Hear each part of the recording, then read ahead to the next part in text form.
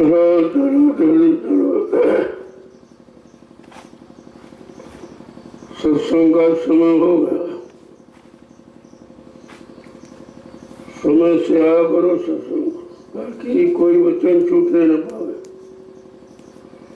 ये ऐसे वचन है जो कहीं आपको मिलेंगे नहीं।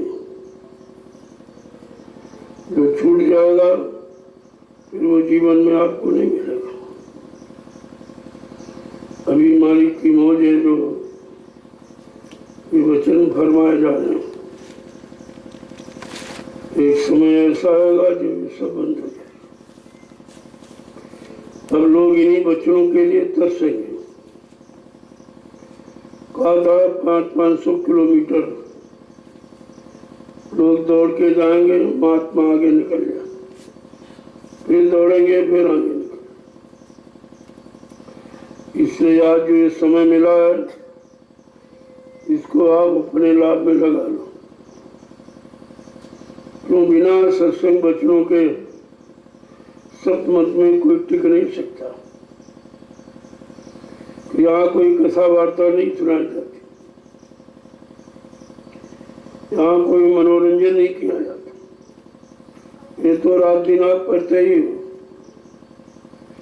लेकिन कुछ उन वचनों को सुनो जिससे तुम्हारी जीवात्मा का भला हो गया।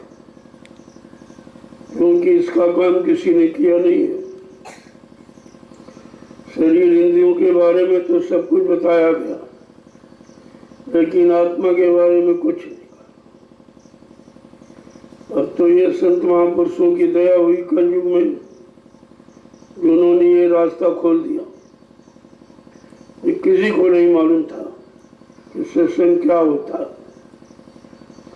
आत्मा क्या है, कहाँ की रहने वाली है, ये मनुष्य मंदिर में कैसे आई और नीचे के लोकों में कैसे उतारी गई, और काल माया ने किस तरह से उसको फंसा लिया।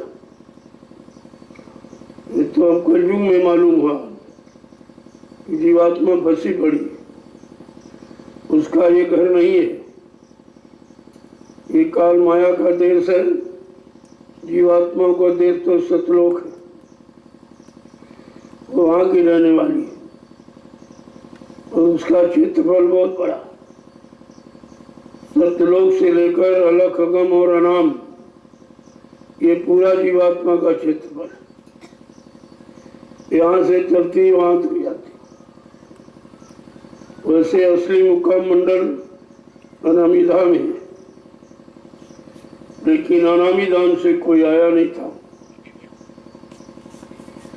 जो संत सतलोक से आए उन्होंने ये तो बताया, लेकिन सतलोक से ऊपर कोई नहीं आया।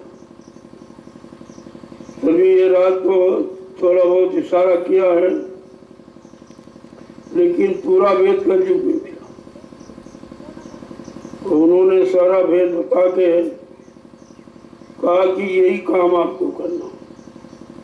इसी काम के वास्ते जीवात्माओं को नीचे के लोकों में उतारा गया था कि जा सबका भ्रमण कर, सबको देख ले। ये देख ले तेरे जैसा किसी का लोक नहीं। इतनी सुंदरता और शांति, इतना प्रकाश किसी लोक में नहीं। ये अनुभव कराने के लिए, और अनुभव कराने में काल ने चालाकी करके इसका जो आधार था नाम डोर शब्द डोर छीन लिया। देख ले, ये देख ले तेरे जैसा किसी का लोक नहीं। इतनी सुंदरता और शांति, इतना प्रकाश किसी लोक में नहीं। ये अनुभव कराने के लिए, और अनुभव कराने में काल ने चालाकी करके इसका जो आधार था नाम डोर शब्द डोर छीन लिया। अब बेचारी निराधार हो गई, अब जाए तो कैसे जाए? और कोई रास्ता नहीं और कोई युक्ति नहीं। कोई कितने दिन हो गए, यानी कितने सतयुग त्रेता द्वापर कलयुग निकल गए, इसको अपने घर का रास्ता नहीं बताया। कोई उधर से इधर आया ही नहीं, तो रास्ते का भेद कौन खोलता। अब ये कलयुग के गंदे कमजोर जीवों पर दया हुई, ये जीवात्मा का रास्ता खोल दिया और कहा इसको घर जाना। इसको अपने घर पहुंचने के लिए नाम का आधार चाहिए, और वो नाम जो समय का, पुराने नाम काम नहीं करेंगे। वो तो अपने अपने समय के थे, और उस समय जिन लोगों ने माना तो उनका काम हो गया, लेकिन यह काम नहीं हुआ कि जीवात्मा का जन्म से छुटकारा हो गया। तो अब ये रास्ता खोला गया कि अब की बार अगर जान जाए, मान जाए और समझ जाए तो घर जा सकते। फिर वो अपने यहाँ मृतलोक या किसी नीचे के मंडलों में कभी नहीं आएगी, क्योंकि उसको फंसे फंसे बहुत दिन हो गए और बेचारी निकल भी नहीं पाई। अब मुश्किल से अवसर मिला है, अब ये भूल कर भी कहीं मांग नहीं करेगी मैं नीचे भेज, क्योंकि समझ चुके कि नीचे को लोगों में और खास करके काल माया के लोग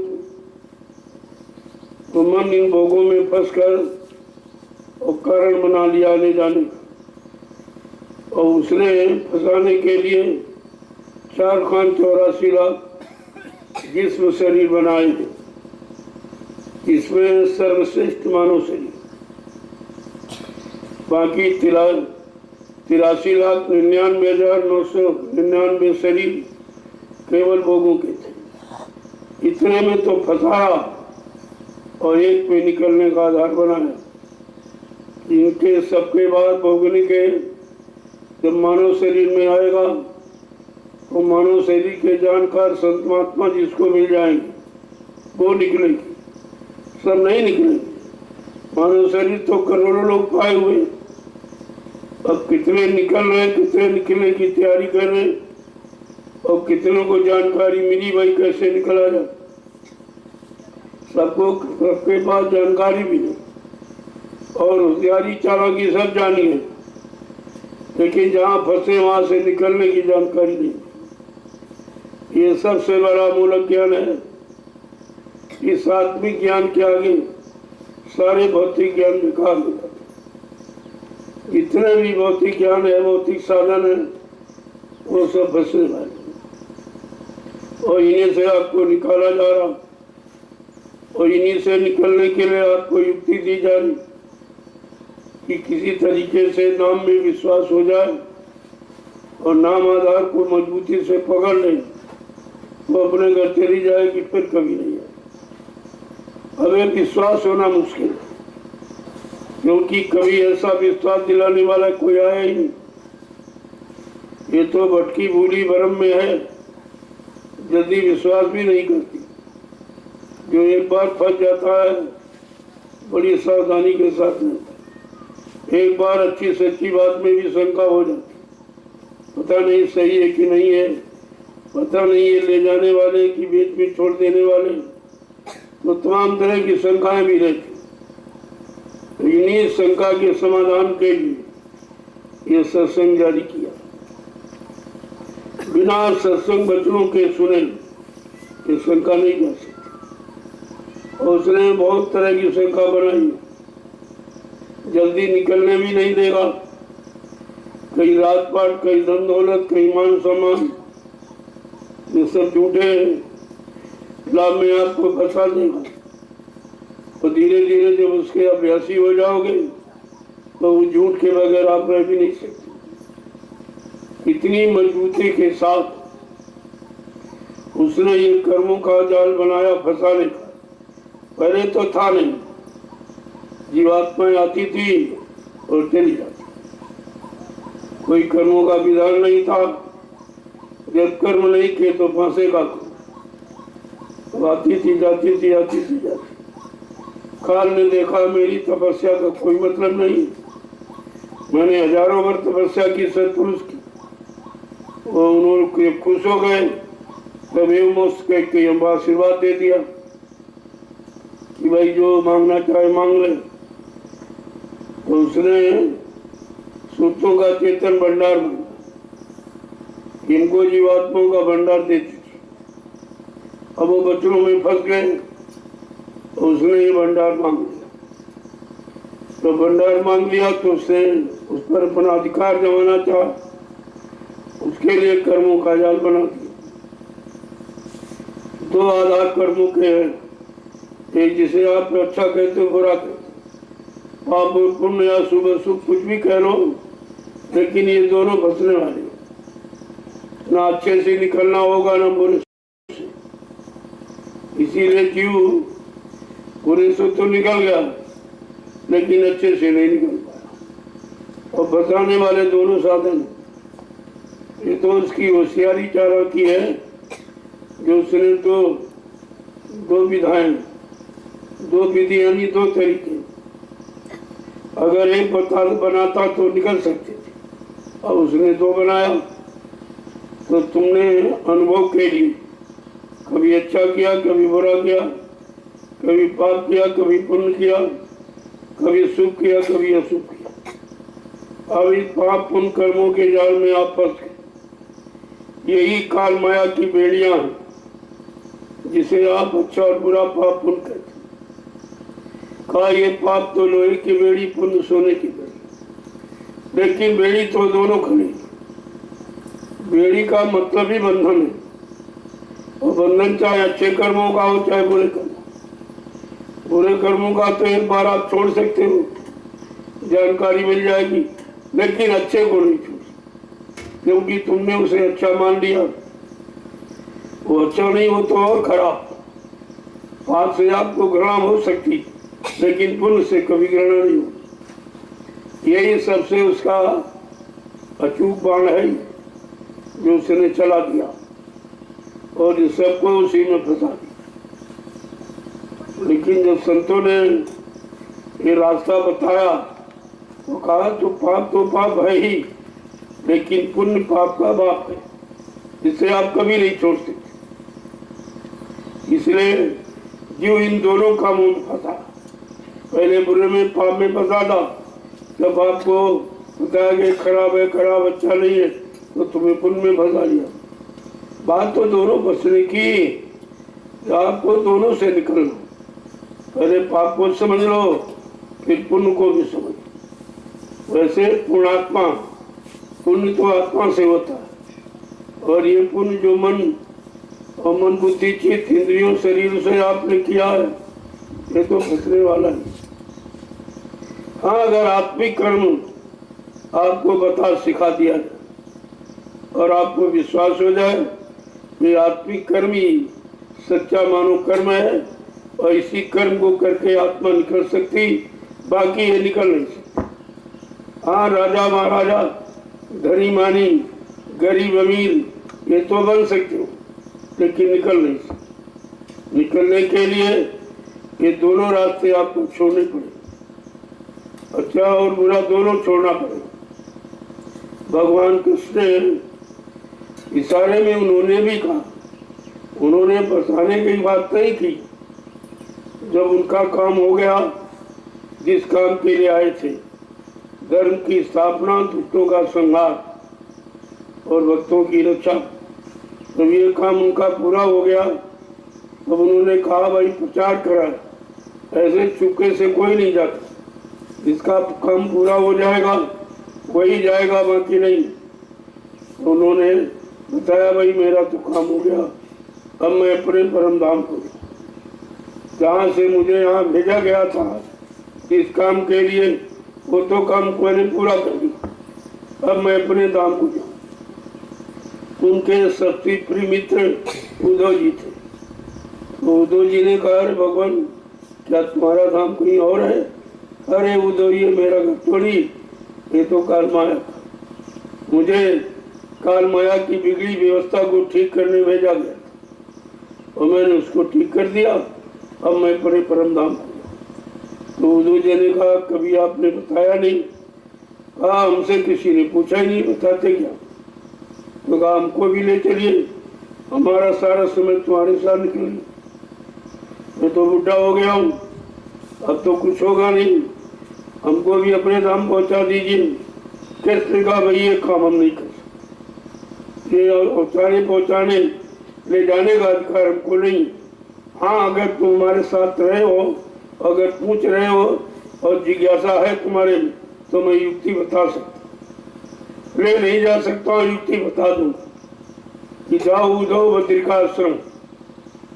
जब स्वतिनिष्ठ ब्रह्मनिष्ठ संत महापुरुष कलयुग में मानव शरीर में आएंगे, वो मानव शरीर में फंसी जीवात्मा को निकालने का काम करेंगे, रास्ता बताएंगे, सहयोग करेंगे और अपने बल पौरुष से उसे निकाल के घर पहुंचाएंगे। लेकिन वो कलयुग में जाओ, तब तक तुम तपस्या करो, जाओ बद्रिकाश्रम तब करो। तो बेचारे चले गए, वो तो ऐसे रह गए। जब वो नहीं जा पाए तो तुम्हारे सामने तो कागज पत्थर ही है, कृष्ण भी नहीं, राम भी नहीं, सब एक प्रमाण है पत्थर और कागज का, यानी जड़ता का, और जड़ तो आपको ले नहीं जाए। जब चेतन ने इनकार कर दिया कि ले जाना पहुंचाना ये मेरा, मुझको अधिकार नहीं मिला, तो ये पत्थर का आधार जो लोगों ने आपको फंसाने के लिए बना दिया, ये कैसे ले जाए? ये तो न बोलेगा, न चलेगा, न कुछ लेगा, न देगा, न कुछ रोक टोक लगाएगा। इससे तो आप और गंदा से गंदा काम करते। इसी जड़ धर्म की आड़ में लोग और बर्बाद हो गए और बुरा कर्म करते रहे, जब तो माफी हो जाए। ये नहीं सोचा कि माफ करने वाला तो है ही नहीं कोई, ये तो केवल एक प्रमाण दिया जाए, इसके सामने तुम कोई बुरा न करो। जब पत्थर के सामने जो मंदिरों में जगह जगह रखा है, वहां भी जो लोग जाते तो बुरा कर्म नहीं करते। इतना उनको डर भय पैदा कर दी कि वहां है कुछ। जब ये जड़ से तुमको भय पैदा करा दिया गया, अगर चेतन मिल जाए और उनसे भय पैदा करके बुरे कर्मों को छोड़ दो, तो काम तुम्हारा बहुत जल्दी हो सकता। लोगों कितने कठिन व्यवस्था बनाकर फंसा दिया, अब ये कोई नहीं बताता। हिंदुस्तान में आप कहीं चले जाओ, ये चर्चा कहीं, जो ये दयाल बाग में हो रही है वो कहीं, ये दयाल का बाग है, उसकी यादगार में ये बनाया गया, तो इसलिए यहाँ तो दयाल का ही संदेश है।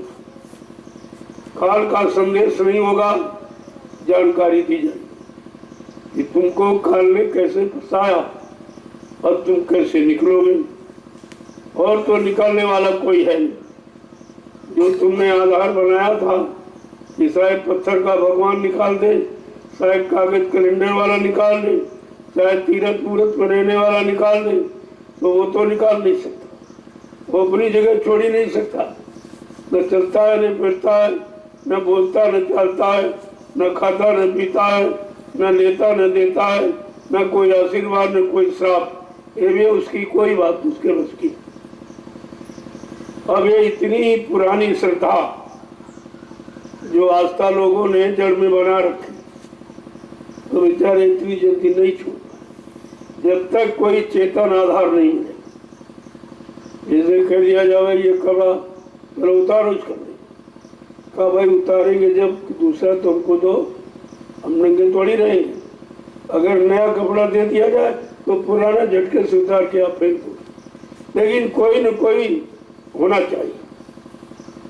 तो आधार तो पत्थर का बना दिया और चेतन आधार बनाया नहीं, तो बेचारे उसी में फंसे रहे और आज भी फंसे। 99% आदमी फंसे उसी, और उसी को प्रमुख मान रहे और उसी को भगवान मान लिया। यानी मतलब ये सब अज्ञानता के कारण।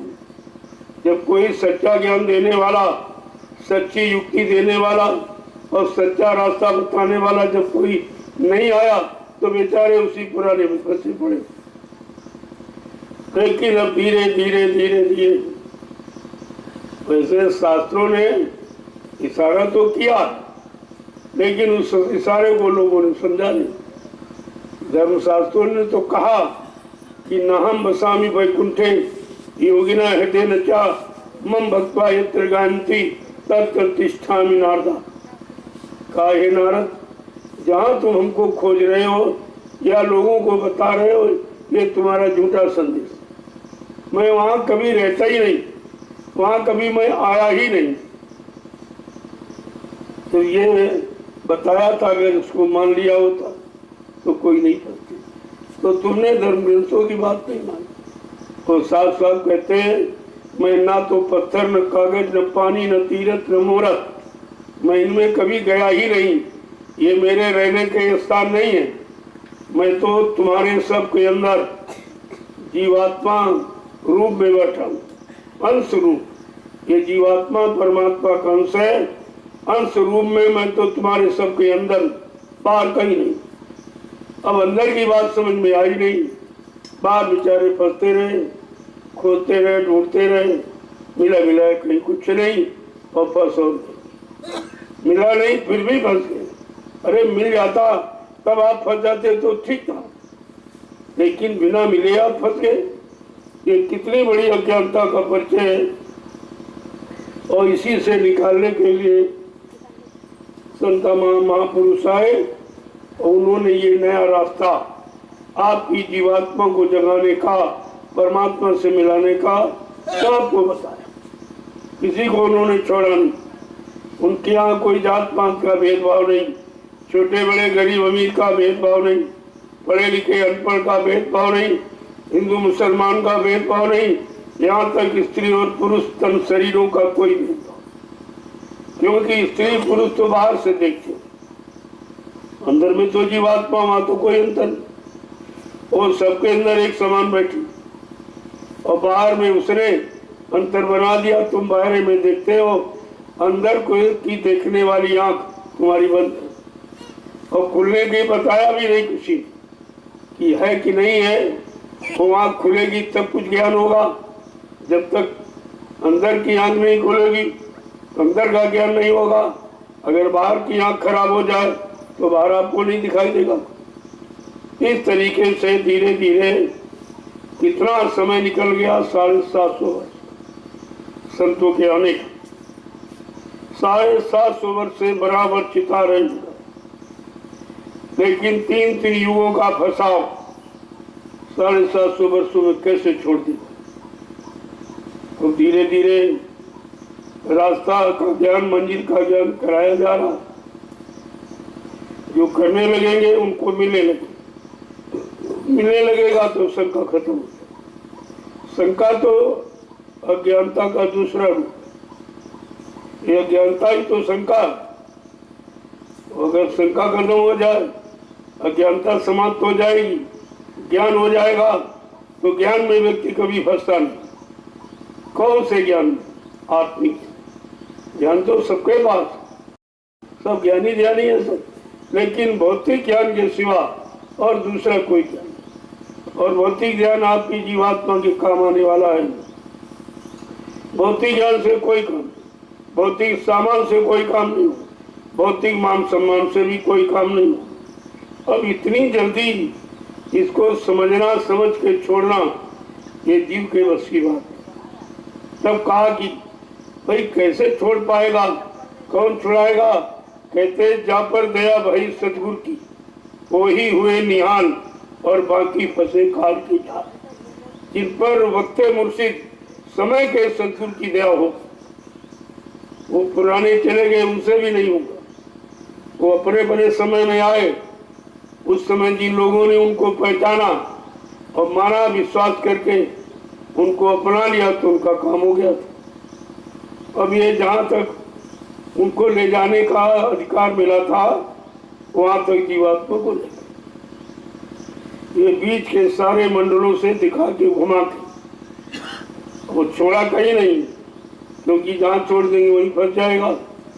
जब यहाँ गंदगी में फंसा, काल माया के देश में गंदगी में फंसा, आप अच्छाई शुद्धता में नहीं फंसे, गंदगी न आँख में, न कान में, न नाक, न मुंह में फंसे हो आप गंदगी। और गंदगी से निकलना बड़ा मुश्किल दिखाई, क्योंकि आपने उसको गंदगी माना नहीं। अगर माना होता तो गंदगी कोई पसंद नहीं करती। यहाँ गंदगी होती तो आप बैठते नहीं हो, लेकिन वो भोगों की गंदगी बताई नहीं गई, और जो गंदगी से पैदा हुआ फिर उसी गंदगी में फंस गए। अब फंसे फंसे कितना समय निकल गया, संतों को जगाते जगाते कितना समय निकल गया। जीव के साथ जो मेहनत संत महापुरुष करते कोई नहीं करते, क्योंकि वो हमदर्दी किसी के पास, वो तो हर पली हर घड़ी तुम्हारी संभाल की चिंता रखती, क्योंकि जो नामदान दिया गया है उसका एक प्रभाव, अगर ये जीव अकाल मौत में चला जाएगा तो दयाल बदनाम हो जाए। दयाल को दयाल कौन कहेगा?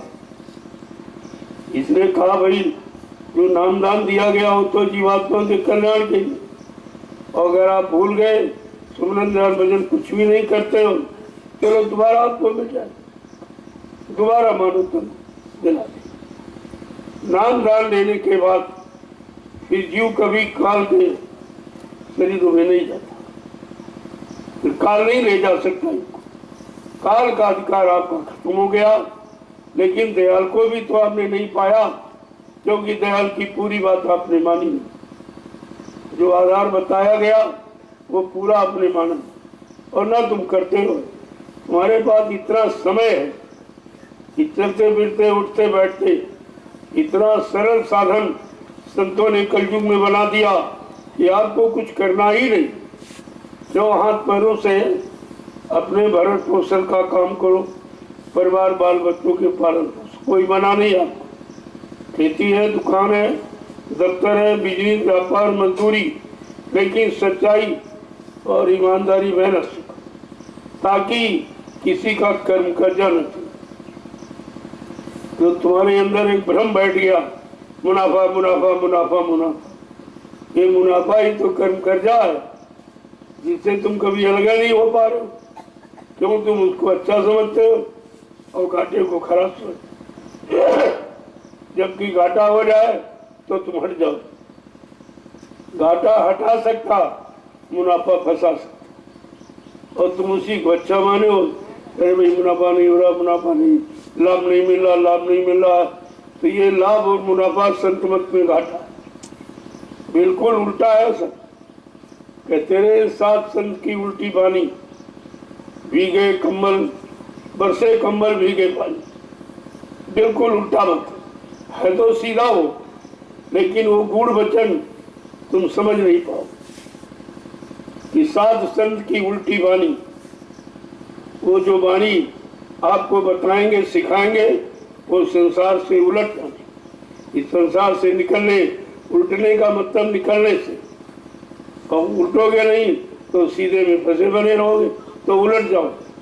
यानी इस व्यवस्था से हटकर जो बताया जाए उसकी तरफ चलो।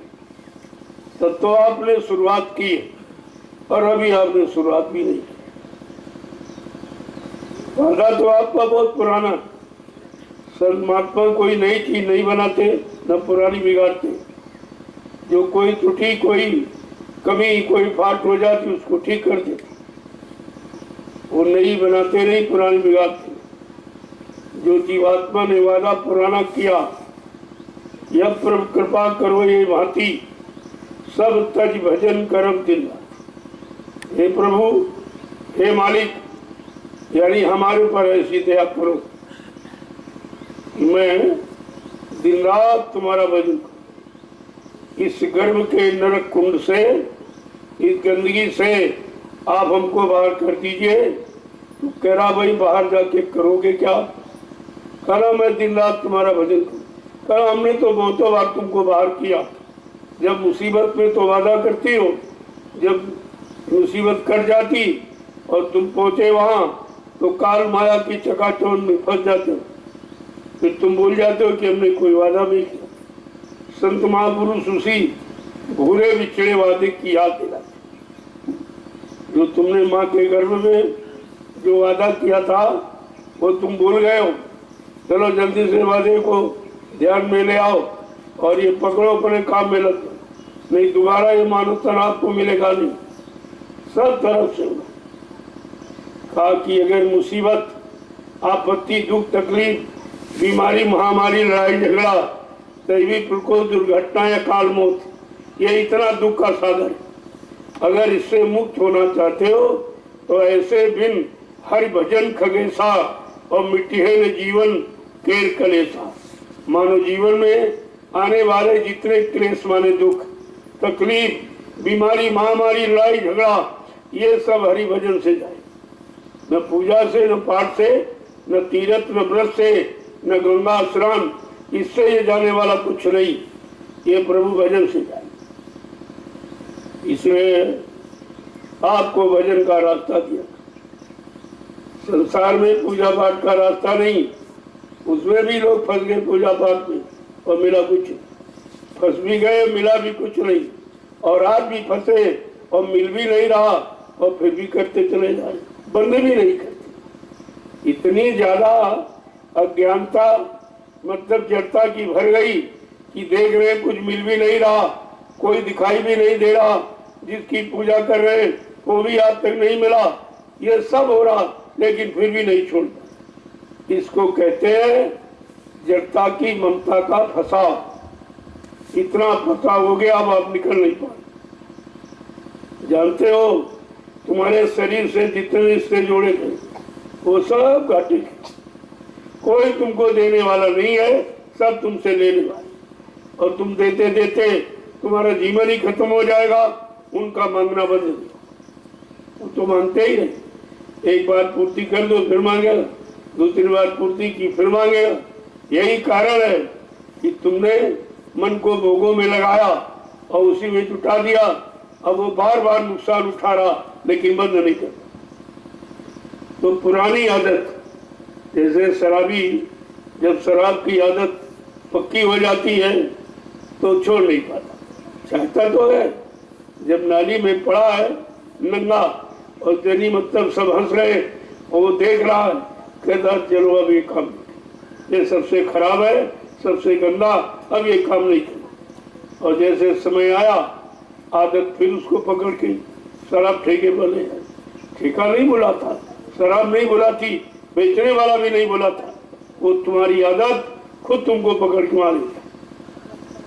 ऐसे इन भोगों की आदत, जिस भोग को आपने शुरू किया बंद नहीं कर पा रहे, जरूरत भी नहीं फिर भी नहीं बंद कर, फिर भी रात दिन उसी में जुटे पड़े हो। शरीर की सारी शक्ति निचोड़ दी जैसे कपड़ा निचोड़ दी, ऐसे शरीर की शक्ति निचोड़ दी, कुछ तुम्हारे पास बचा नहीं है, एकदम खाली बैठे हो। इसीलिए तुम्हारे बस का सत्संग नहीं, वो याद नहीं रहता, तुम्हारे बस का सुमरन ध्यान भजन नहीं, क्योंकि तुम्हारे शरीर में शक्ति नहीं है। बगैर शक्ति के तो भक्ति होगी नहीं, जब शक्ति होगी तभी किसी की भक्ति यानी आदेश पालन कर सकोगे। अब शरीर की शक्ति खत्म तो आदेश पालन भी आप नहीं करोगे, और आदेश पालन नहीं करोगे तो दया नहीं मिलेगी, और जब तक दया नहीं मिलेगी तब तक कोई जीवन नहीं कर सकता। तुम कितना प्रयास कर लो अपनी तरफ से, बगैर दया की नहीं, बिन गुण दया छुटो नहीं आसे, चाहे कोटिन करो उपाय।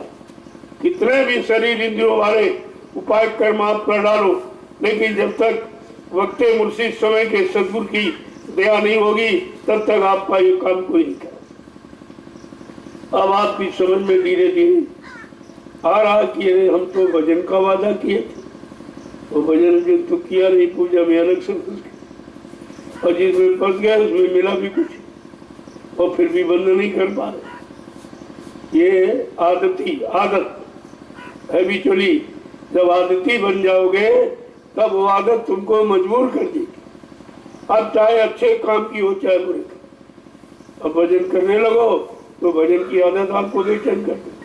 बगैर कि भले ना कुछ मिले, लेकिन बगैर किए तुम्हें चैन नहीं मिलेगी कि भाई आज हमने माला नहीं किया, आज हमने ध्यान नहीं किया, आज भजन नहीं किया है, और सत्संग में नहीं गए, बहुत दिन हो गए, सालों निकल गए, ये सब आप सोचते रहते हैं, लेकिन मन तुम्हें विवश कर देगा।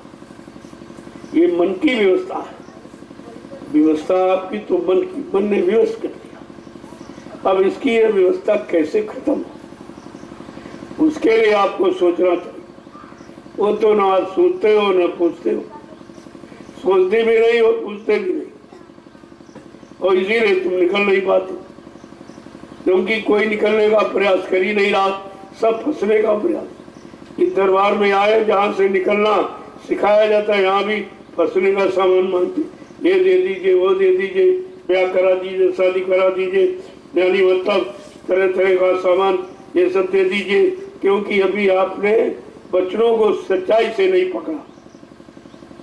जो सत्संग वचन सच्चाई से पकड़े होते तो काल माया के सामान की डिमांड आप खत्म करते। जान जाते कि भाई हमारा नहीं, जो हमारे पास है वही नहीं साथ जाएगा, और मांग करके हम और फंस सकते हैं, लेकिन वे वो भी नहीं जा सकते। तो धीरे धीरे धीरे धीरे आते रहोगे, जाते रहोगे, सत्संग बच्चों को जगह देते रहोगे, अंदर में सेवा का भाव बना रहेगा। सत्संगी सुमरन ध्यान भजन का नशा चढ़ने लगेगा, फिर ये उसके सामने कुछ सब एक बार नशा होना। जब मीरा को नशा चढ़ा,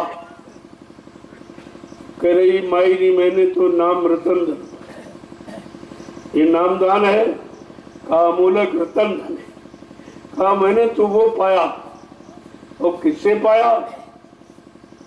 सतगुरु दया करी हुए मुझ पर। देखिए, बस तो अमोलक दी मेरे सतगुरु, कर कृपा अपनायो, माई दी मैंने नाम रतन धन पाया। और जो मीरा को मिला वही तुमको मिला, तुमको कोई दूसरा नहीं मिला, वही मिला। जो सहजो भाई को मिला वो तुमको मिला, जो कबीर नानक पलटू रामदास नावादास चरणदास को मिला वही तुमको मिला। उसमें कोई अंतर नहीं। अंतर यह है तुमने उसको अंतर में नहीं, यानी अंदर में नहीं लेकर बार बार गाते रहते हो, बार बार सुनाते रहते हो, सुनते रहते, और बार वाला काम आने वाला है नहीं। जब तक अंतर्मुखी बन के आप साधना नहीं करोगे, बहिर्मुखी बनकर ये जीवन निकल जाएगा, मिलने वाला कुछ। अब आपको बहिर्मुखी में पूजा की जाए और अंतर्मुखी से भजन किया जाए, ये दोनों का रास्ता अलग है, एक ही नहीं। तो हमें करना क्या है? अभी तक जीव ने ये तय नहीं किया कि हमें क्या करना।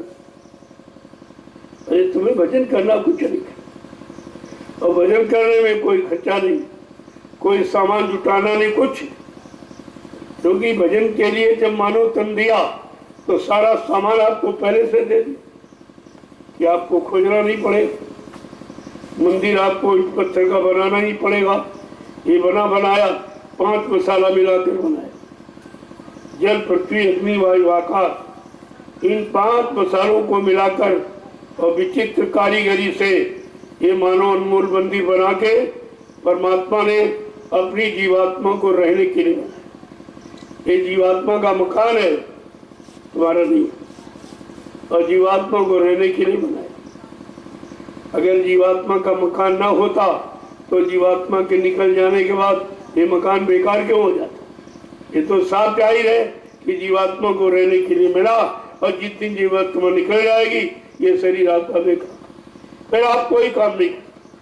जीवात्मा रहेगी तब तक आप समाज का, परिवार का, इधर का उधर का ये सब काम कर सकते, लेकिन चेतन जीवात्मा के निकल गई फिर ये कोई काम नहीं, ना कोई काम करेगा, ना कोई सामान का प्रयोग, फिर तुम्हारा धरा का धरा रह जाए।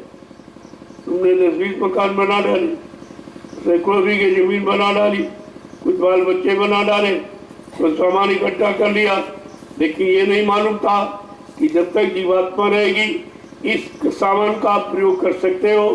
ये सब तुम्हारे से प्रेम करेंगे, जीवात्मा निकल जाने के बाद ये सब नफरत कर, तुमको घर में रखना ही अच्छा नहीं समझे। इतनी बड़ी तुम्हारी तौहीनी होगी, और रोज हो रही, और देख रहे हो, लेकिन ये नहीं समझ पा रहे हो कि एक दिन हमारी भी हो, ये दिन तो आपको भी एक दिन मिलेगा, आपकी तौहीनी होगी। आपको घर में तुम्हारे बच्चे नहीं रखेंगे, तुमने बच्चों के लिए अपने के लिए मकान बनाया, लेकिन जब जीवात्मा शरीर से निकल जाएगी तो इस शरीर को तुम्हारे बच्चे भी घर में नहीं, तो अब नहीं सोचेंगे तुमने बनाया। कहा नहीं नहीं भाई, अब ये मुर्दा का नहीं है, जिंदे का, जिंदों का मकान, जिंदे रहेंगे, मुर्दे नहीं। धीरे धीरे धीरे धीरे ये जानकारी जब पक्की हो जाएगी तब आपको वैराग हो जाएगा, यानी इससे आप अलग होने की सोचोगे। तो बहुत दिन निकल गया, हमारे बाबा परदादा, हमारे पिता, ये सब आए और सब छोड़ के चले गए और कुछ नहीं लेके गए, तो हम ही झूठे सामान में क्यों फंसे, क्यों अपना वक्त खराब करें। चलो हो ना हो अपने घर की तैयारी करें। जब पता चल गया ये हमारा घर नहीं है, ये सामान हमारा नहीं, ये शरीर भी हमारा नहीं, ये रिश्ते नाते भी हमारे नहीं, ये सब पराये हैं, ये काल माया ने फंसाने के लिए आपको सामान दिया था और तुमने समझा कि काल माया हमारा सहयोग कर, हमको शरीर दे दिया। अरे पहला बंधन देह का, दूसरा त्रिया जान, चौथा पुत्र और पांचवा नाती मान, ये बंधन। इतने बंधनों से आपको निकलना मुश्किल, क्योंकि इनको आपने अपना मान लिया, ये तुम्हारा नहीं है। महात्मा सब तरफ से आपको जगाने का ही काम करते। उन्होंने पूरी जानकारी दी कि जिनको तुमने अपना बनाया, जो रिश्ता नाता आप बनाए बैठे, ये झूठ है। इनमें से कोई भी तुम्हारे साथ नहीं है, तुम्हारी कोई मदद नहीं करेगा। जो मदद दिखाई दे रही वो फंसाने की, वो निकालने वाली मदद नहीं। तो कहा भी कैसे भी निकला जाए। कहता तुमको जो सीख दी जा रही, जो शिक्षा तालीम दी जा रही, जो अभ्यास कराया जा रहा, जो रास्ते पर चलाया जा रहा, जो नाम की युक्ति उसका भी अभ्यास कराया जा रहा, ये सब निकलने के रास्ते। इन्हीं रास्तों से निकलोगे और बाकी जो तुमने अपनी मनमुक्ता से कुछ बना रखा वो निकलने का नहीं, फंसने। ये सब चीजें बिना सत्संग के तो आप कुछ जान ही नहीं। तो कभी तुम महीनों नहीं आते। अगर 2000 दिन बच्चा स्कूल ना जाए तो उसके अंदर ये होता कि हम बहुत पीछे हो, अब ये कोर्स कैसे कवर करें। बहुत पीछे हो गए, धीरे धीरे उसकी श्रद्धा ही खत्म हो गई। और तुम तो महीनों नहीं आते हो, तो तुम्हारा ये कोर्स कितने पीछे चला गया। और तुम इस पर कभी विचार भी नहीं करते कि पीछे चलेंगे कि आगे चलेंगे, क्योंकि उसमें अभी आपकी सच्चाई का ज्ञान नहीं। महापुरुष तो कहते हैं, उन्होंने रिश्तों से जानकारी दी, जिन रिश्तों को आप फंसे उसका नाम है रिश्ता। रिश्ता माने बहना, यानी फूटा हुआ। ये टूटा है, फूटा है, ये तुम्हारा नहीं है। रिश्ते का मतलब ही है ये फूट गया और एक दिन खत्म। ये फूट गया है, ये रिश्ता माने बहता। रिश्ता नहीं कहते बर्तन रिश्ता, अरे ये फूट गया और फूटने से ये शक्ति सब निकल सब आ जा रही है और रोक नहीं पा रहे हो, और निरंतर इसी को कमाने में, निकालने में पूरी शक्ति लगा रहे हो, ताकत कि तो मिल रहा, अरे मिल नहीं रहा, जा रहा। इसे कब मानोगे? जब कुत्ता जंगल में दौड़ता घूमता है शिकार के लिए, कुछ नहीं मिला तो एक हड्डी उठा के ले आया, पुरानी हड्डी, उसी को चबा रहा, और चबाने से वो उसके मसूड़े में उन्होंने कुछ कही तो खून निकल आया। देखा कि खून से उसका लगाव है और खून ही वो पीना चाहता था।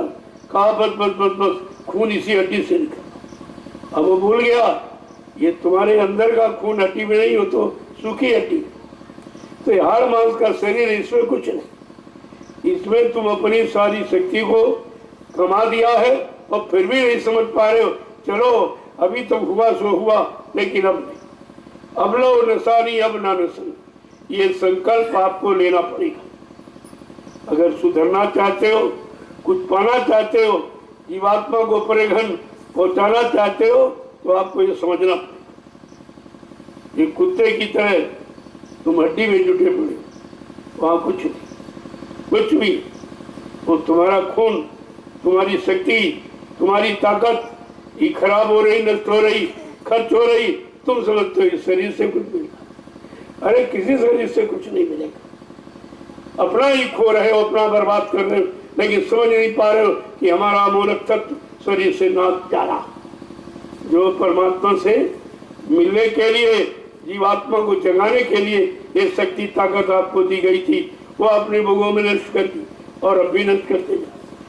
कार्य संकल्प तो लो कि अब लो नुकसानी अब लो, लेकिन ये कब निकलेगा तुम्हारे मुंह से जब समझ ऐसे कहते रहो बनते रहो, कहते रहो बनते रहो, निकलने की बात कभी छोड़ने की बात सोचते नहीं। और कह दिया जाए तो तुम आने बंद कर दो, अरे हमको परिवार से, हमको बीवी से, बच्चे से अलग कर रहे हैं, ये कर रहे हैं, वो कर रहे हैं।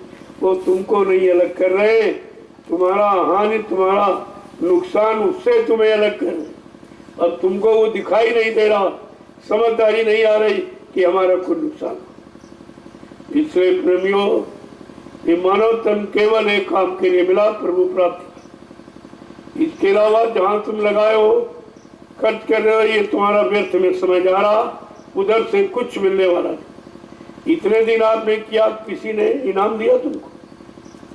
परिवार ने, बच्चों ने, बीवी ने, भाई ने, बाप ने और अड़ोसी पड़ोसी, जात बिरादरी, किसी ने आपको सम्मान दिया?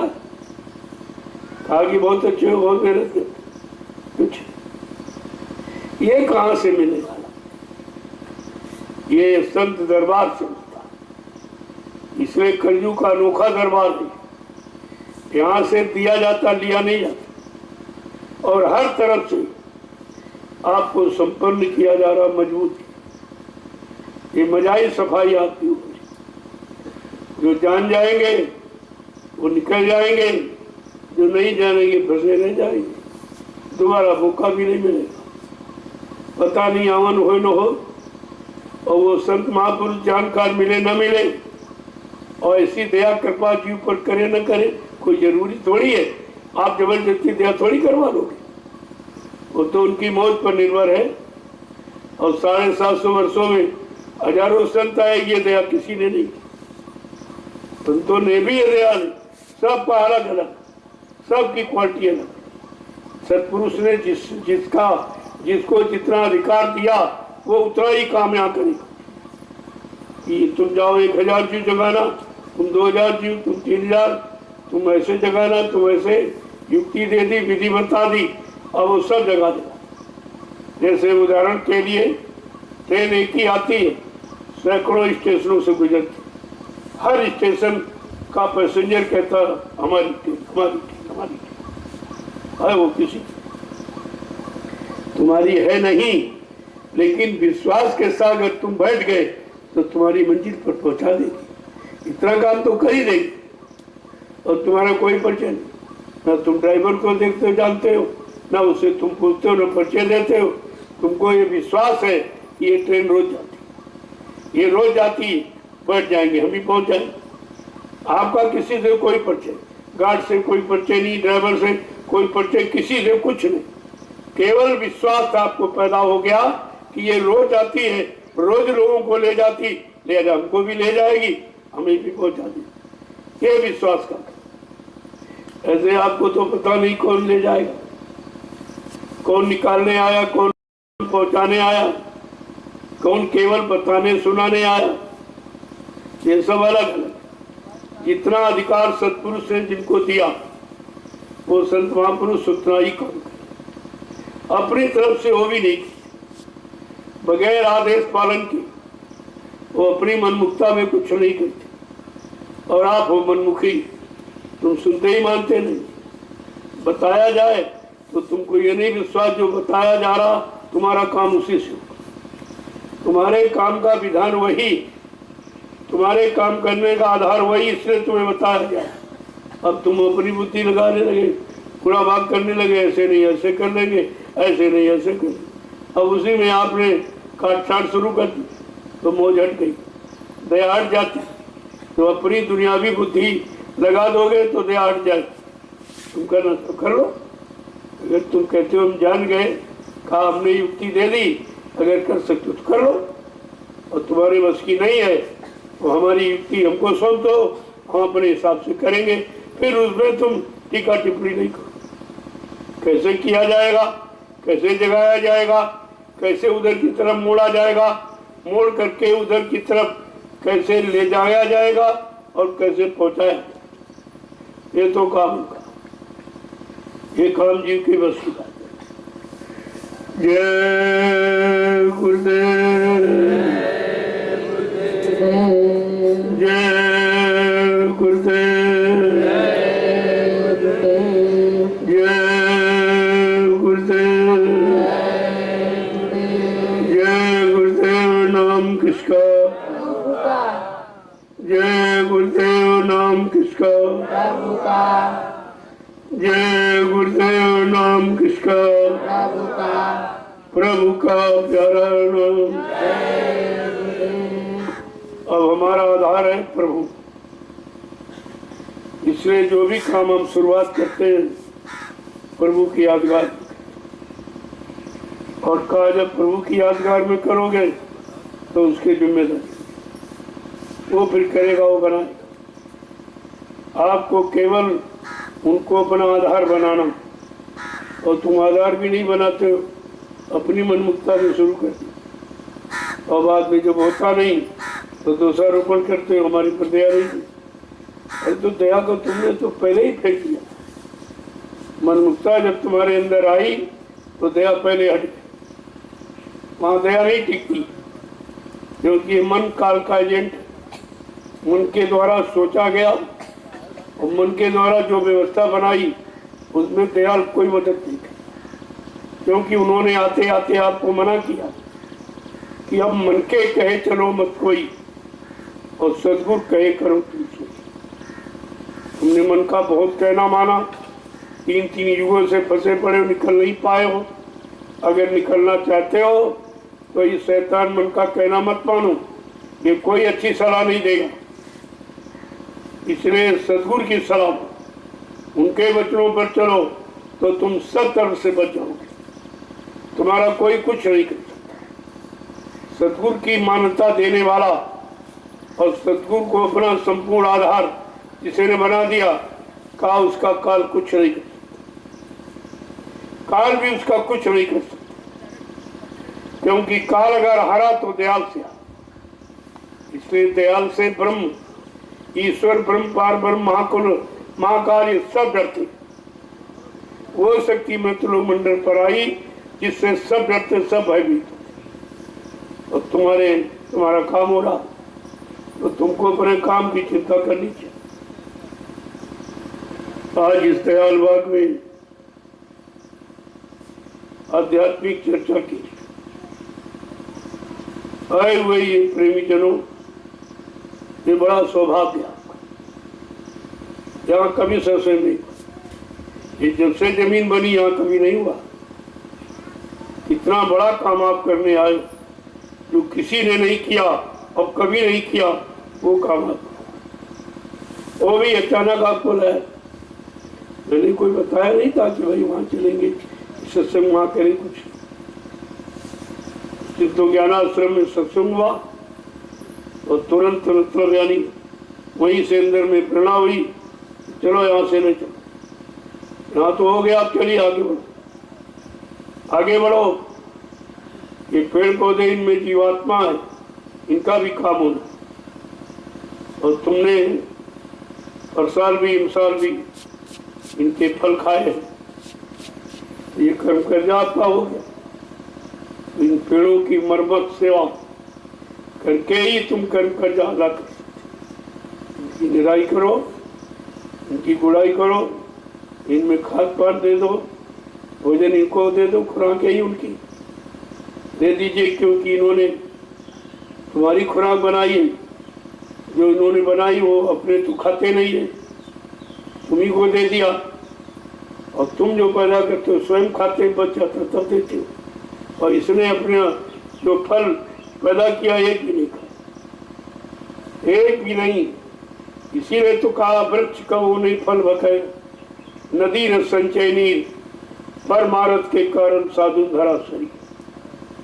कहा महात्मा परमार्थ के हित में आते हैं, उनका अपना कोई हित नहीं, अपना कोई स्वार्थ लोभ लालच तुम्हारे से नहीं, सब व्यवस्था तुम्हारी और तुम्हारे लिए।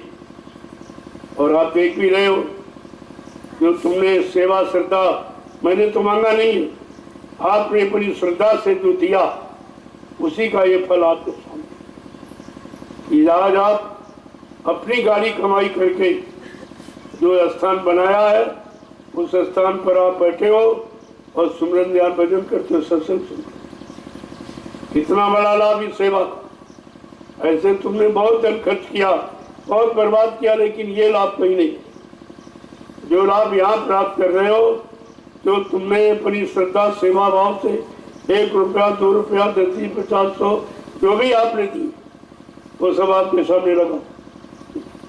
ये भी कहीं आपको नहीं मिला। पहले लोग अपना खर्चा पूरा करेंगे, अपनी खुराक पूरी करेंगे, अपने सारे व्यसन यानी पूरे करेंगे, तब आपको दें। लेकिन यहाँ ऐसा नहीं हो रहा। पहले आपका काम और बाद में हो रहा। मैं तो अपने लिए कोई व्यवस्था कभी बनाता ही नहीं। मैं तो हर व्यवस्था में, मैंने शुरुआत की थी तो मेरे पास कुछ नहीं, मैं अकेला था और आज भी मैं अपने आप को अकेला ही समझता हूँ। पता नहीं तुम कब हट जाओ, कब चले जाओ, कोई गारंटी तो आपकी है नहीं। इसलिए हम जो भी काम करते हैं अपने शक्ति के अनुसार। आप चले भी जाओ तब भी हमारा काम बंद नहीं। दूसरे प्रेमी आ जाएंगे, वो चले जाएंगे, तीसरे आ जाएंगे, लेकिन कराने वाला अगर स्थिर है, अगर दृढ़ है, मजबूत है, तो उसका काम रुकने वाला। तो वही अगर इधर उधर हो जाता, स्वार्थ लोभ लालच हुआ, तो टिके नहीं, भाग गए, उठाए झोला झंडा चल दिए, यहाँ कुछ मिलता नहीं। यहाँ तो पाने की कोई इच्छा ही नहीं, यहाँ काम करने की इच्छा कि किसी तरह से जीवों का भला हो जाए, जीवों का कल्याण हो जाए, वही काम आपके साथ किया जाए। जबकि ये काम कोई हिंदुस्तान में नहीं। सबको अपनी अपनी चिंता, अपने रहने की, अपने खाने की, अपने पीने की, अपने मतलब यानी शौक की, आराम की, यही सबको चिंता है। और यहाँ तुम्हारी चिंता कि तुम्हारे लिए कितनी जल्दी हो जाए जमीन और बढ़ जाए, क्योंकि आगे गुरु परिवार बहुत बड़ा है। ये 45 करोड़ का अगर सब आ जाएंगे तो कहाँ बैठा लो। और वो ये कहेंगे हम तो नहीं भाई आ पाए, नहीं जान पाए, तुम तो बहुत पहले से आ रहे हो, बहुत पहले से समझ चुके थे, फिर आपने व्यवस्था क्यों नहीं बनाई। इसलिए आपका धन उस व्यवस्था में लगाया जा रहा जिससे तुम भी लाभ उठा रहे हो, और तुम्हारे चले जाने के बाद यहाँ लाखों लोग आएंगे, वो भी इसका लाभ उठाएंगे। ये आपका परमार्थी। इस्लाम में कोई बंटवारा नहीं, ये परमार्थी कमाई, इसमें कोई बंटवारा नहीं कर सकता। बाकी तुम करोड़ 2 करोड़ इकट्ठा करोगे, बाल बच्चे सब बांट, सब छीन लेंगे, तुम्हारे पास एक पाई नहीं छू। लेकिन ये परमार्थी डगर ऐसी है, इसमें से कोई बंटवारा नहीं। चाहे शरीर की सेवा हो, चाहे मन धन की सेवा तन की हो, चाहे विचारों की हो, कोई भी सेवा किसी तरह की हो, इसमें आपका परिवार का कोई व्यक्ति बंटवारा नहीं। ये आपको समझना चाहिए। इससे सर्वोपरि कोई सेवा नहीं। और आप कर रहे हो, आप सामने तुम्हारे हो। अब ये जगह आप खोद रहे हो, काट रहे, बना रहे हो, क्या अपने लिए बना? अरे भाई संगत आएगी, बैठेगी, चलो हम नहीं भजन कर पा रहे तो भजन करने वालों के लिए जगह बना दूंगा, वो बैठेंगे, भजन करेंगे, तो कुछ % हमको भी मिल जाए, आपका भी लाभ शामिल है। यहाँ जो भी काम आप कर रहे हो वो परमार्थी का, चाहे छप्पर छानी हो, चाहे जमीन खरीदी जाए, चाहे जमीन को बराबर किया जाए, या ये जंगल काटो, ये सब परमार्थी, क्योंकि इसमें तुम्हारा कोई निजी स्वार्थ नहीं। किसी से पूछो भाई ये क्यों बना रहे हो, नहीं भाई हमको तो आदेश मिला, हम तो आदेश का पालन करते, क्यों करा रहे, ये इसके विचार नहीं। अब ये जानते कि हमारे हित में ही किया जा रहा हो, जो करेंगे हमारे हित में करेंगे और हमारे लिए करेंगे, क्योंकि उनका कोई निजी शरीर का परिवार नहीं है, वो तुम्हारे लिए तो जो भी करूंगा सब अपने लिए। कुछ ये इतनी जमीन ली गई है, आपने देखा नैमिषारण्य से लेकर यहाँ मेरे नाम कोई 1 इंच भी मेरे नाम नहीं, क्योंकि हमको इसकी जरूरत नहीं। हमको तुम्हारी जरूरत है और तुमको हमसे व्यवस्था की जरूरत है, तो व्यवस्था आपकी बनाई जा रही, बैठने की, रहने की। अब धूप इतनी तेज होगी, आप कहाँ बैठ पाते? देखिए आपका बात इतना बड़ा काम हो रहा, इतने लोग लाभ उठा रहे, और जब तक ये पेड़ रहेंगे तब तक लोग लाभ उठाते रहेंगे। और इस पेड़ों की कीमत आपने चुकाई है, जमीन की कीमत आपने चुकाई, मैंने तो कुछ किया, मेरे पास कुछ है ही, मैं क्या, आपने दिया उसी को लगा दिया। ये है कि सही जगह लगा, इसमें हम किसी की नहीं सुनते। कहते थे भाई अपनी बुद्धि अलग रखो, अगर सहयोग करना तो करिए, नहीं हटिए पीछे। बहुत लोग आ रहे, तमाम सहयोगी मिल जाएंगे, लेकिन हम प्राथमिकता तुमको देना चाहते हैं, क्योंकि शुरुआत तुमने की है। ये लाभ पहले आपको मिले और बाद में जो पीछे से आएंगे उनको मिल जाएगा। लेकिन अगर आप इस तरह का कोई अहंकार, गरूर, गुमान, घमंड करके आओगे तो फिर लाभ से वंचित है। इस धरती पर आने वाले बहुत, काम करने वाले बहुत, सेवा देने वाले बहुत। मैं तो कोई सेवा की अभी बात ही नहीं करता। अभी आप स्वेच्छा से दे रोशी में, तो क्या जरूरत हमें कहने की। जब देखूंगा कोई बड़ी सेवा है नहीं उससे पूरी, तो एक दिन कह दूंगा कि भाई आपकी व्यवस्था बनने जा रही, आपका पूरा परिवार अब आ गया है, अब इसमें भीड़ बढ़ गई, जगह की आवश्यकता है, आप थोड़ा थोड़ा अपनी गाड़ी कमाई का इसमें लगा दो, तो कह दूंगा। वैसे जरूरत नहीं तो कभी नहीं, और जो जरूरत है वो पूरी हो रही इतने से, तो फिर फालतू सेवक क्यों मांगी। कोई अपना कोष, कोई अपना खजाना, कोई अपना खाता भरना होता तो। हमको तो जरूरत आपको है, हमें अच्छी तरह जानता हूँ, और आप अपनी जरूरत पूरी नहीं कर सकते, और वो तुम्हारी जरूरत तुम्हारे गाड़ी कमाई से ही पूरी की। बहुत लोग आए कि हमारा 1 करोड़ ले लो, 2 करोड़ ले लो, हमारी नेम प्लेट लगवा देना।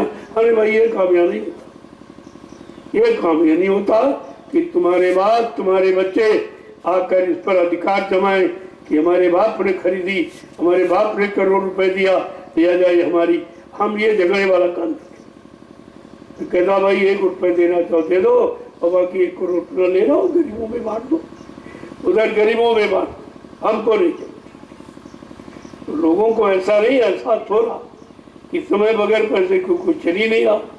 पैसे के लिए लोग चोरी करते, झूठ बोलते, छलकपट बेईमानी करते, और यहाँ कोई बात ही नहीं। यहाँ तो स्वेच्छा से आ रहा, उसको भी अपना नहीं माना जा रहा, केवल ये माना जा रहा कि इन्होंने हमको दिया, अब हमारे पर कोई बोझा न बने, तो हम आपके काम के लिए ऐसे ही लगाते रहे। ये आपको समझ लेना चाहिए, और सेवा मिली है तो कर लो, और नहीं तो पीछे हट जाओ। यहाँ बहुत लोग आ रहे, लोगों की कमी नहीं। जब मैं अकेला था तब नहीं कभी समझी, अब तो करोड़ों लोग साथ, कोई दिक्कत नहीं है। काम करने वाले, देने वाले बहुत। मैं तो कुछ कहता ही नहीं हूँ कि जब स्वेच्छा से आप 100, 10, 50 दे रहे हो, उसी से काम हो रहा, तो फिर मांगने की जरूरत क्या। धन का कोई और काम नहीं है, धन का काम है जीवों की व्यवस्था बनाना। अगर वो व्यवस्था में लग गया तो ये धन तुम्हारा साथ चलेगा, और वैसे तुम नहीं ले जा सकते, 1 पाई भी नहीं।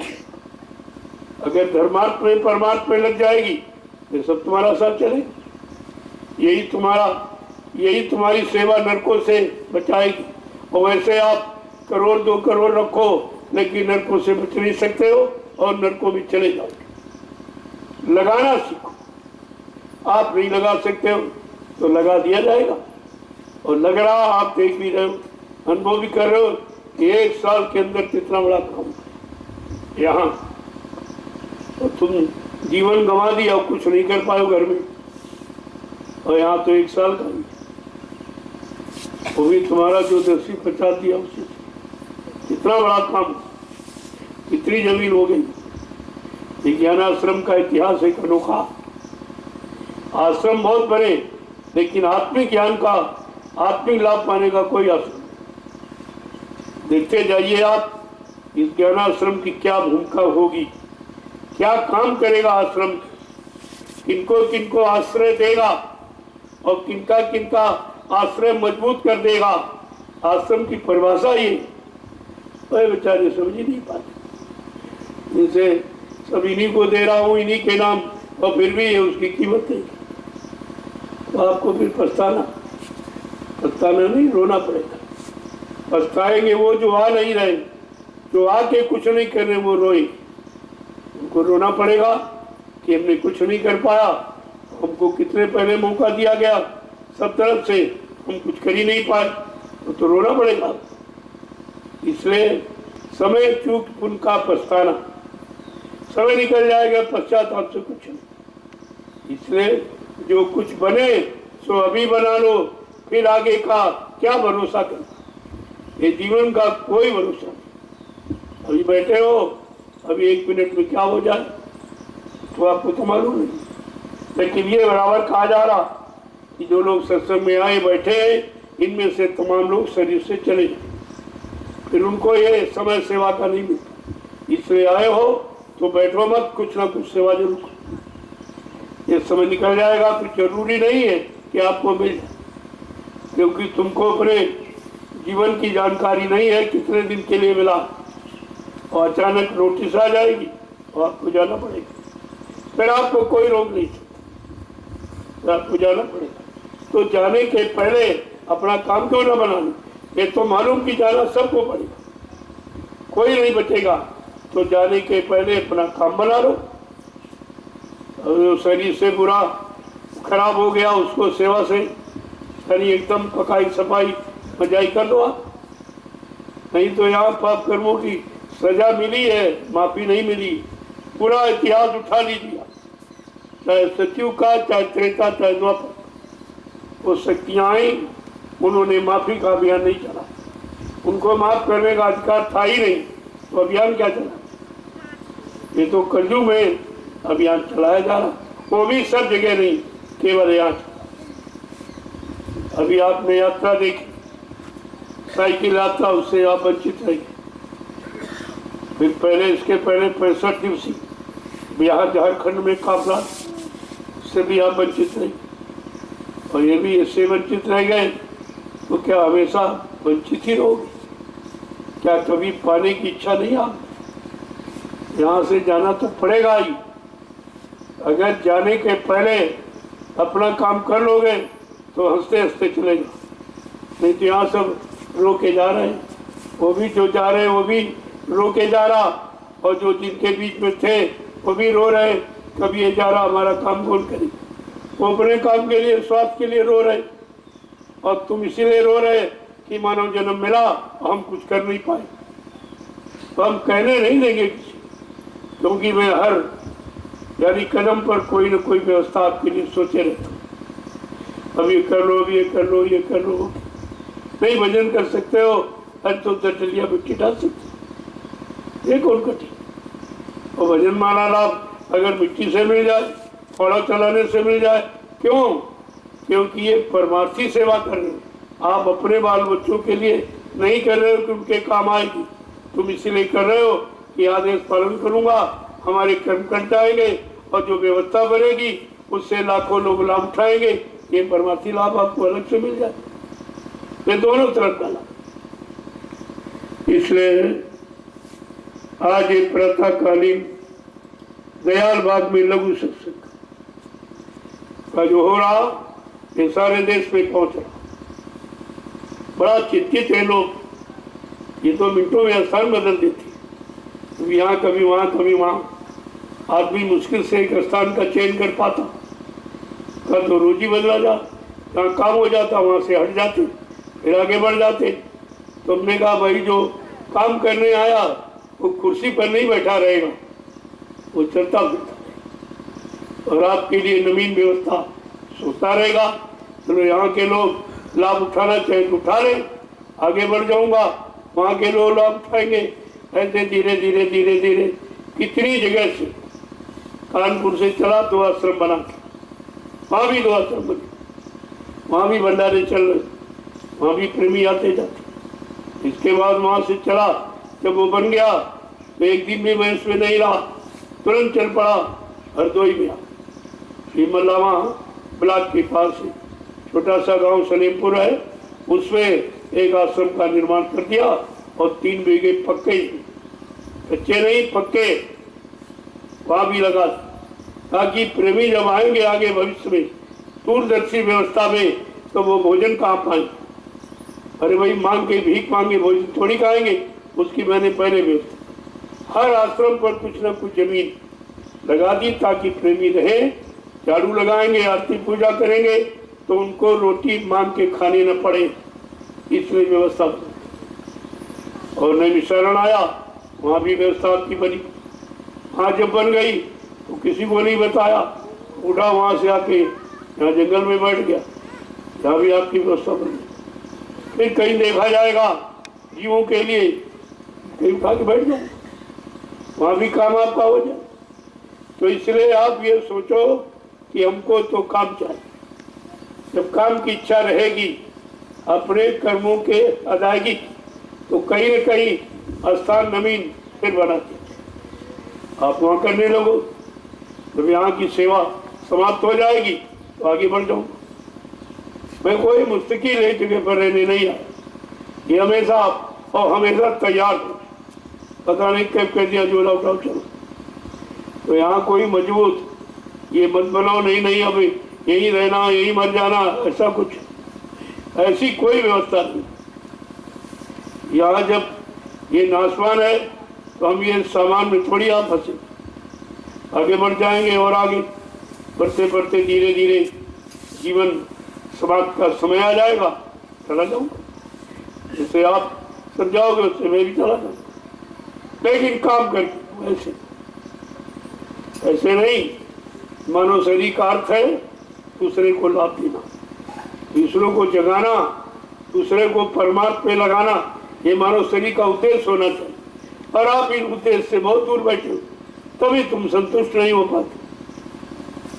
हमको तो कोई चिंता नहीं। तुम्हारे पास छोटा सा परिवार, 2-4 बच्चे, कितने आप चिंतित हैं? यहाँ तो करोड़ों है, कोई चिंता। ये 5-7 आश्रम बन गए और सबको डील किया जा रहा, और लेकिन चिंता का कोई विषय। ये चिंता नहीं की जाती, व्यवस्था की जाती। व्यवस्था बना दो, चिंता में समय क्यों खराब करते, और उससे कुछ होने वाला नहीं। तो इसलिए जब तुम्हारा लगाव नहीं होगा तो चिंता नहीं, लगाव होगा तो चिंता जरूर। हमारे में चिंता न होने का कारण यही कि मेरा कोई लगाव। यहाँ बैठ गया तो यहाँ देख रहा हूँ सुचारू, यहाँ से उठूंगा फिर उसको भूल जाऊंगा, उसमें छूट जाऊंगा। वहाँ से हटा फिर उसमें लग जाऊंगा, पीछे छूटता जाएगा, आगे बढ़ता जाएगा। तो ये सब ध्यान में रखिए। अभी तो कुछ हुआ ही नहीं। अरे अभी शुरुआत है, लोग परेशान। शुरुआती दौर में ही लोग देख के परेशान है, और इतनी जल्दी ये सब इतने आसान। तुमने कहा अभी कुछ नहीं। जो आगे होने जा रहा उससे तो तुम बहुत ज्यादा यानी सशंकित हो जाओगे कि फिर ये कैसे हो, क्योंकि लोग ये देख रहे हैं कब कैसी व्यवस्था बना दी जाए, कुछ नहीं।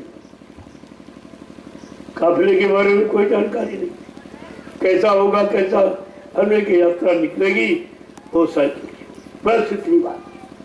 कितने चलेंगे, कौन कौन चलेंगे, वो तो जिनका संस्कार है वो तो चलेंगे, उन्हें को रोकने का। वो कोई बताने से थोड़ी चलेंगे, वो अपने संस्कार के अनुसार चलेंगे। जय गुरुदेव। अब 2 वचन सुन लो आप, तो आपको ये शंका नहीं रहेगी भाई ये तो अपने मन से ही कहते रहते। तो जरा संतों की वाणी सामने आ जाए तो आपको विश्वास हो जाएगा, अरे नहीं भाई सबने कहा, मैं नहीं कह रहा हूँ, सबने कहा। तो जिस काम के लिए ये मनुष्य मंदिर आपको भेंट किया वो है प्रभु प्राप्ति, उसी को भजन कहते। महापुरुष क्या कह रहे हैं कि अगर संतुष्ट होना हो, प्रसन्न चित्त रहना हो तो भजन। क्या कह रहे हैं? मगन रहो मन में, भजन कर मगन रहो मन में, भजन कर मगन रहो मन में, भजन कर मगन रहो मन में। मन में अगर प्रसन्न चित्त रहना चाहते, चिंताओं से अलग होना चाहते हो, हमेशा सुखी और खुशी रहना चाहते हो, तो एक ही रास्ता है भजन। क्यों? भजन में तुम्हारा कोई स्वार्थ नहीं। जब स्वार्थ नहीं तो आपका लगाव चिंता नहीं। क्या कह रहे हैं कि जो चोर भजन के प्राणी, जो चोर भजन के प्राणी, जो चोर भजन के प्राणी, जो चोर भजन के प्राणी, सो दुख सहे, दुख सहे, भजन कर मगन रहो मन में, भजन कर मगन रहो मन में। आज वो भजन के चोर है, यानी चोरी करते नहीं, झूठ बोलते, तो भजन से जी चुराते वही दुख उठाते। बड़ी दुख आपको कभी नहीं होगा, भजनानंदी को कभी दुख होता ही नहीं, उसके दिल दिमाग में दुख प्रवेश नहीं कर सकता। भजन की वो ताकत है और नाम का वो चिराग है, नाम मणि, वहाँ अंधेरा है ही नहीं, वहाँ ज्ञानता है नहीं, वहाँ चिंता है नहीं। आगे क्या कह रहे हैं कि वो दुख उठाते हैं जो भजन नहीं करते। अब पता चला कि जीवन में दुख पाने का यही कारण कि हम भजन से चोरी करते, भजन नहीं करते। आगे क्या कह रहे हैं कि आलस नींद सतावे उनको, आलस नींद सतावे उनको, आलस नींद सतावे उनको, आलस नींद सतावे उनको, नित नित भरम बहे, नित नित भरम बहे, भजन कर मगन रहो मन में, भजन कर मगन रहो मन में। आलस्य और निद्रा ये उन्हीं को सताती जो भजन नहीं करते। जो रात दिन दाम की कमाई में उनको नींद सताती, आलस सताता, काम क्रोध के धक्के खा रहे ये उनको मिलता, और जो भजन में मस्त है उनको कुछ, उनके पास ये आ ही नहीं सकती। काम क्रोध लोभ मोह छोड़ भगे मैदान, वो उसके साधक के पास वो टिक नहीं सकते। देखो कितनी बड़ी चीज है, कितना बड़ा लाभ है कि जो लाभ कहीं नहीं मिलेगा वो भजन करने वाले को। जो आपत्ति मुसीबत उनकी नहीं जाएगी जो भजन नहीं करते। भजन करने लगो तो आपत्ति मुसीबत कुछ आएगी वो भी निकल जाएगी, क्योंकि तुम्हारा उधर ध्यान ही नहीं होगा। आपत्ति आए चाहे चली जाए, धन आए चाहे चला जाए, मान सम्मान मिले चाहे ना मिले, उनका इसकी तरफ कोई ध्यान ही नहीं। केवल एक ही ध्यान है, नाम की कमाई। दाम की कमाई करने वाले डरते कि उसे चोर चुरा सकता, उसे लोग छीन सकते, और उसको यानी घर परिवार के लोग बंटवारा कर सकते। लेकिन नाम की कमाई में कोई बंटवारा, न चोर चुरा सकता, न अग्नि जला सकती, न पानी बहा सकता, न हवा उड़ा सकती, न परिवार का अड़ोस पड़ोस वाला कोई बंटवारा कर सकता।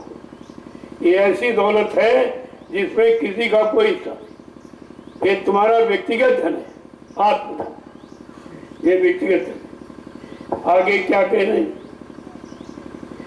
कि एक एक चीज को कैसे समझा के कहना कि काम क्रोध के धक्के खावे, काम क्रोध के धक्के खावे, काम क्रोध के धक्के खावे, काम क्रोध के धक्के खावे, लोभ नदी डूब मरे, लोभ नदी में डूब मरे। भजन कर मगन रहो मन में, भजन कर मगन रहो मन में। आज जो भजन नहीं करता है उसको कमजोर जानकर काम को लोग में सब धक्का मारते, सब उसको सताते, सब परेशान करते। अगर नाम की कमाई आपके पास है तो ये आस पास ठहर नहीं सकते तुम्हारे। इतनी उस नाम चिंगारी में इतनी ताकत है, तुम्हारे अनंत जन्मों के पाप कर्मों के ढेर को क्षण मात्र में स्वाहा कर सके। ये नाम चिंगारी यही जिनको मिली उनके अनंत जन्मों के पाप क्षय, सब पाप जल गए और इस अग्नि से नहीं जलेंगे और किसी से वो मारे नहीं मरेंगे। कोई मारे नहीं सकता काम क्रोध लोभ मोह अहंकार को, लेकिन कहते नहीं। अगर नाम की कमाई मिल गई और तुमने कर ली तो फिर ये सब मूर्छित हो जाए। फिर ये तुम्हारे पर जबरदस्ती न काम का हमला होगा, न क्रोध का, न लोभ, न मोह, न अहंकार का, कोई नहीं। वो भजन का कितना बड़ा लाभ। अब खर्चा दो पैसा नहीं, पूजा में तो बहुत खर्चा है।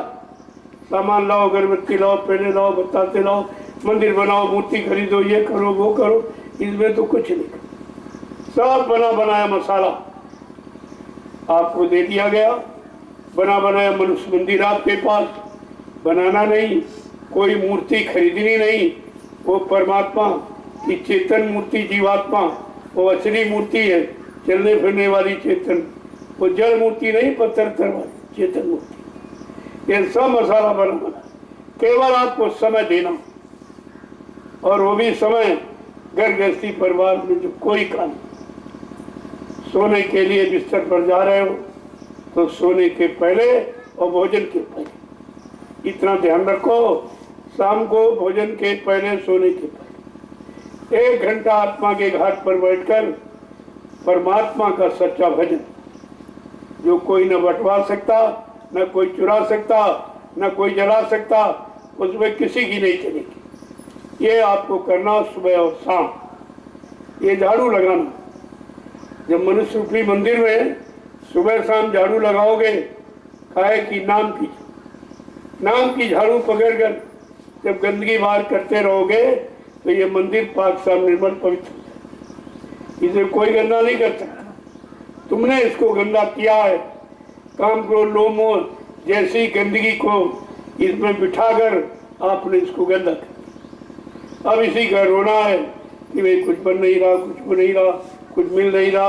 अरे मिलेगा जब तुम उसमें मिल जाओगे, वो तुम्हारे में मिल जाएगा।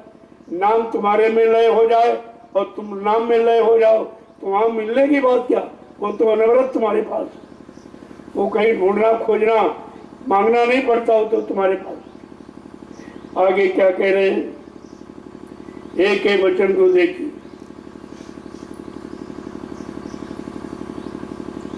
कि गुरु संग प्रीति करे नहीं पूरी, गुरु संग प्रीति करे नहीं पूरी, गुरु संग प्रीति करे नहीं पूरी, गुरु संग प्रीति करे नहीं पूरी। कहते हैं गुरु से पूरा प्रेम नहीं करता। अभी तो 1% भी आप नहीं करते, 99% परिवार से करते, और परिवार तुम्हारे साथ न देने वाला, न साथ तुम्हारी मदद करने वाला, न जाने वाला, उसको 99%। और जो तुम्हारा काम करने आए, तुम्हारे साथ तुमको लेके अपने साथ चले, उनमें 1% भी आप नहीं देते। कभी कभी उनके लिए सोच लेते, करते तो नहीं हो, और सोचोगे जब मुसीबत आपत्तियों से घिर जाओ, चारों तरफ कोई रास्ता नहीं बचने का, तब तुम याद करते। क्या कह रहे हैं कि गुरु संग प्रीति करी नहीं पूरी, गुरु संग प्रीति करी नहीं पूरी, नाम न डोर गए, नाम न डोर गए, भजन कर मगन रहो मन में, भजन कर मगन रहो मन आज जब में। तक गुरु से पूरी सच्ची प्रेम नहीं करोगे और नाम डोर को नहीं पकड़ोगे तो कोई जीवात्मा यहाँ से निकली नहीं सकती। और कोई रास्ता है ना कोई युक्ति है। युक्ति है तो नाम डोर, इसी नाम डोर शब्द डोर को पकड़ा के सतपुरुष ने सारी रूह जीवात्माओं को नीचे उतारा था और काल ने वही छीन ली बहका कर। वो जानता था ये इसके पास है, ये भी चल जाएगी चली जाएगी, हमारा अधिकार इस पर हो नहीं पाएगा, तो सर्वप्रथम उसने नाम डोरी तुम्हारी छीन ली। अब जीवात्मा निराधार हो गई, अब बेचारी जाए तो कैसे जाए, उसने छीन ली। इसीलिए कि जब छीन लूंगा तो जा नहीं पाएगी और यहाँ जितने दिन रहेगी उतने हमारा शासन चलता रहे। अपने शासन राज की चिंता हुकूमत की इतना काल को हुई तब उसने ये व्यवस्था बना। आगे क्या कह रहे हैं समझा कि तृष्णा अग्नि जले नितिवासर,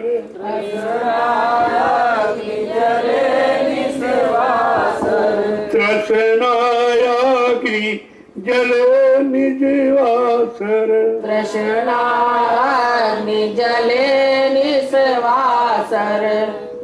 का रात दिन तृष्णा आपको जलाई जाए और तृष्णा से कुछ होना नहीं।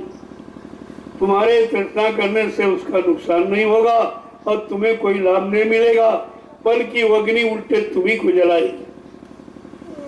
ये अग्नि ऐसी है तुम्ही को जलाएगी। कहते कि तृष्णा अग्नि जले निश्वास, रात दिन जल रही है और उसी में जीव बेचारा फंसा पड़ा है, अपने आप को जला रहा है। मतलब यानी विवेक और ज्ञान बुद्धि को जला रहे हैं आप, जो सात्विक है आपकी।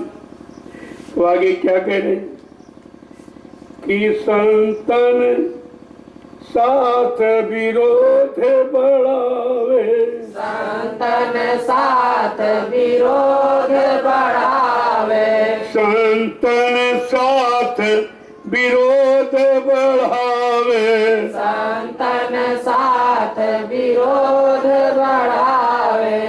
उल्टी सीधी बात कहे, उल्टी सीधी बात कहे, ये भजन कर मगन रहो मन में, भजन कर मगन रहो मन में। कहते हैं संतों से विरोध करता है, ये हमको रोक रहे, हमको शराब नहीं पीने दे रहे, मुर्दा नहीं खाने दे रहे, अंडा नहीं खाने दे रहे, व्यभिचार नहीं करने दे रहे, चोरी नहीं करने दे रहे, तो इसलिए विरोध करते हैं। अब उनको विचारों को वही अच्छा दिखाई दे, उसी को सच्चा मान बैठे। अब जब उनके लिए कहा जा रहा है ये मत करो, ये मत करो, ये इसे करने के कारण तुम फंसे पड़े हो, अब अगर फंसना नहीं चाहते हो तो इनसे अलग हो जाओ। तो कह रहा है भाई तुम्हारा नुकसान करा, हम इसने खा पी रहा था बंद करा देते। अब इस समय साकार का प्रचार जब से हुआ है बड़ी बुराई, कहा इनका क्या होगा, इनका क्या। अब वो ठेका ले लिया कि कहे बकरों का क्या होगा, मछली का क्या होगा। अरे भाई तुमने किसी को बनाया, कुत्ता नहीं खाते ना, कुत्तों का क्या। तो एक बार में पूछिए 10-12 बच्चे पैदा कर, कौवे नहीं खाए जाते, इनका क्या होता। ये सब तो तुम्हारे सामने है, यानी जिसकी व्यवस्था है ये ठेका चिंता उसको है, लेकिन इसकी चिंता तुमको है, लेकिन अपने बिगड़ने की चिंता नहीं कि हम बिगड़ रहे हैं, हम पापी बन रहे हैं, दोषी बन रहे हैं, इसका प्रायश्चित भोगना पड़ेगा, पता नहीं कितने जन्म लेना पड़े, और फिर भी ये पाप क्षमा नहीं कर सकता कोई, माफ नहीं, इसके बारे में कुछ नहीं सोचता और उल्टी सुल्टी बात कहे। आगे क्या कहें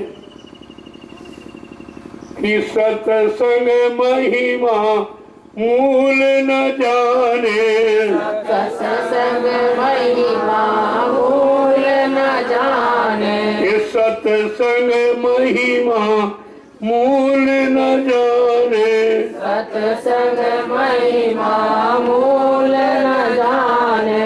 भेड़ चाल में नीति चले, भेड़ चाल में रीत चले। भजन कर मगन रहो मन में, भजन कर मगन रहो मन में। क्या कह रहे हैं?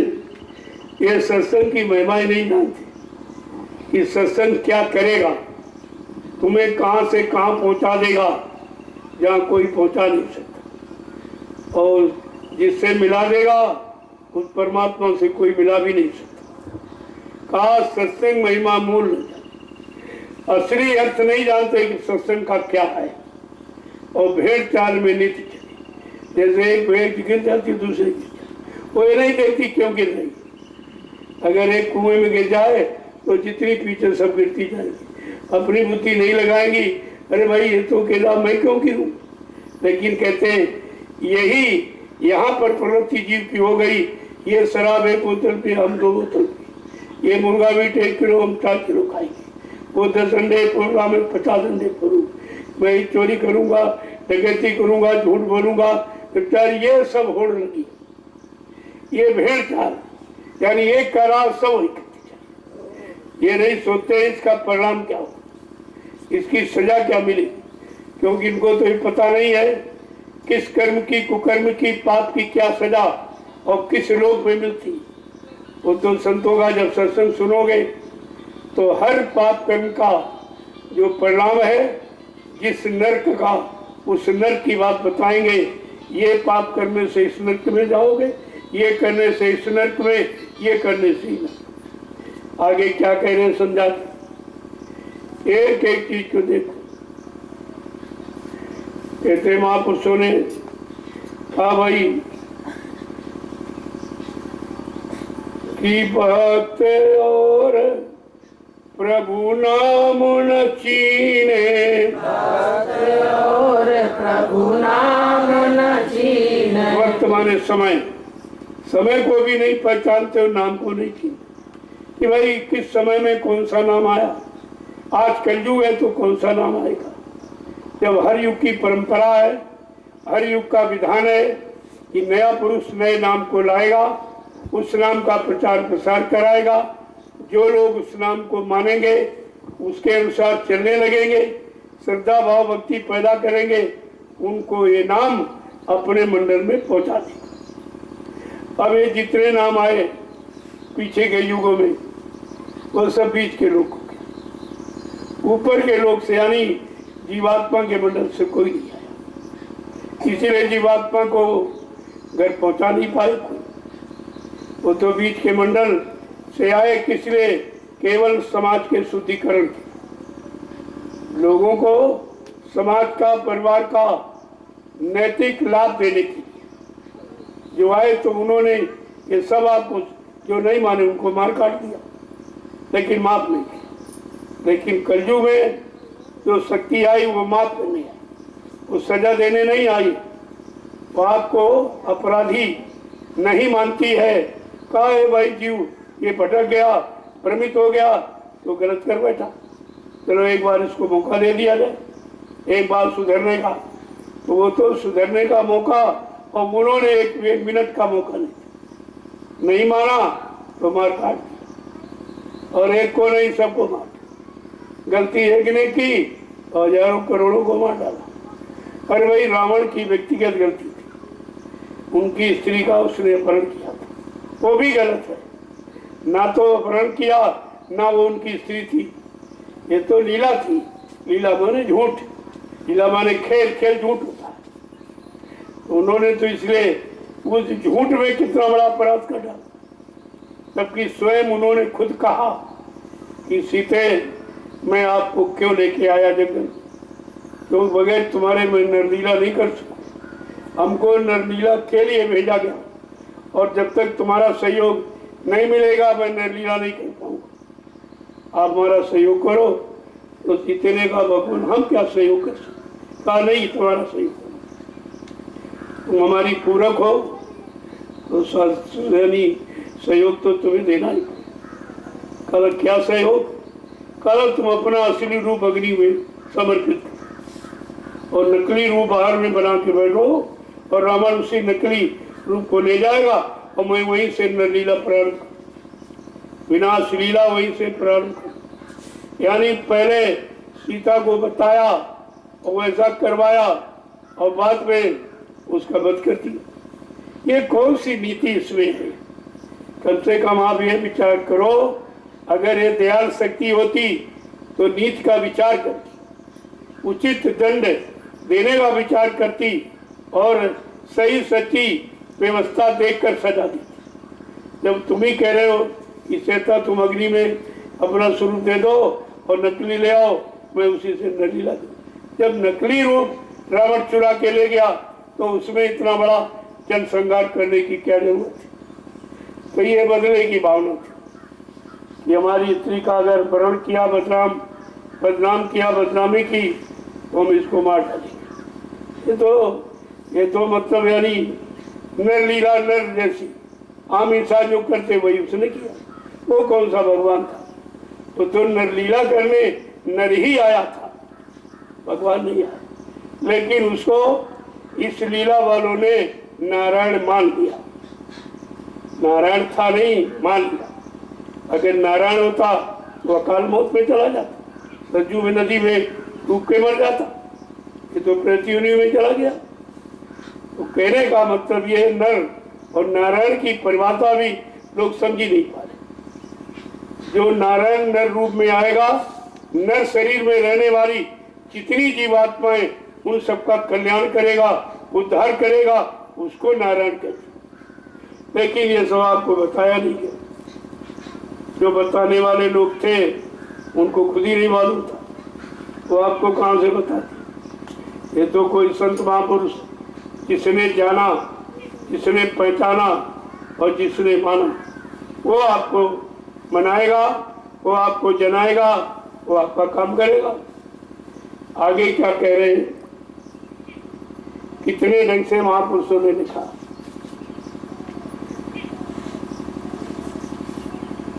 कहते भागहीन, बड़ा स्पष्ट कह के लिखते।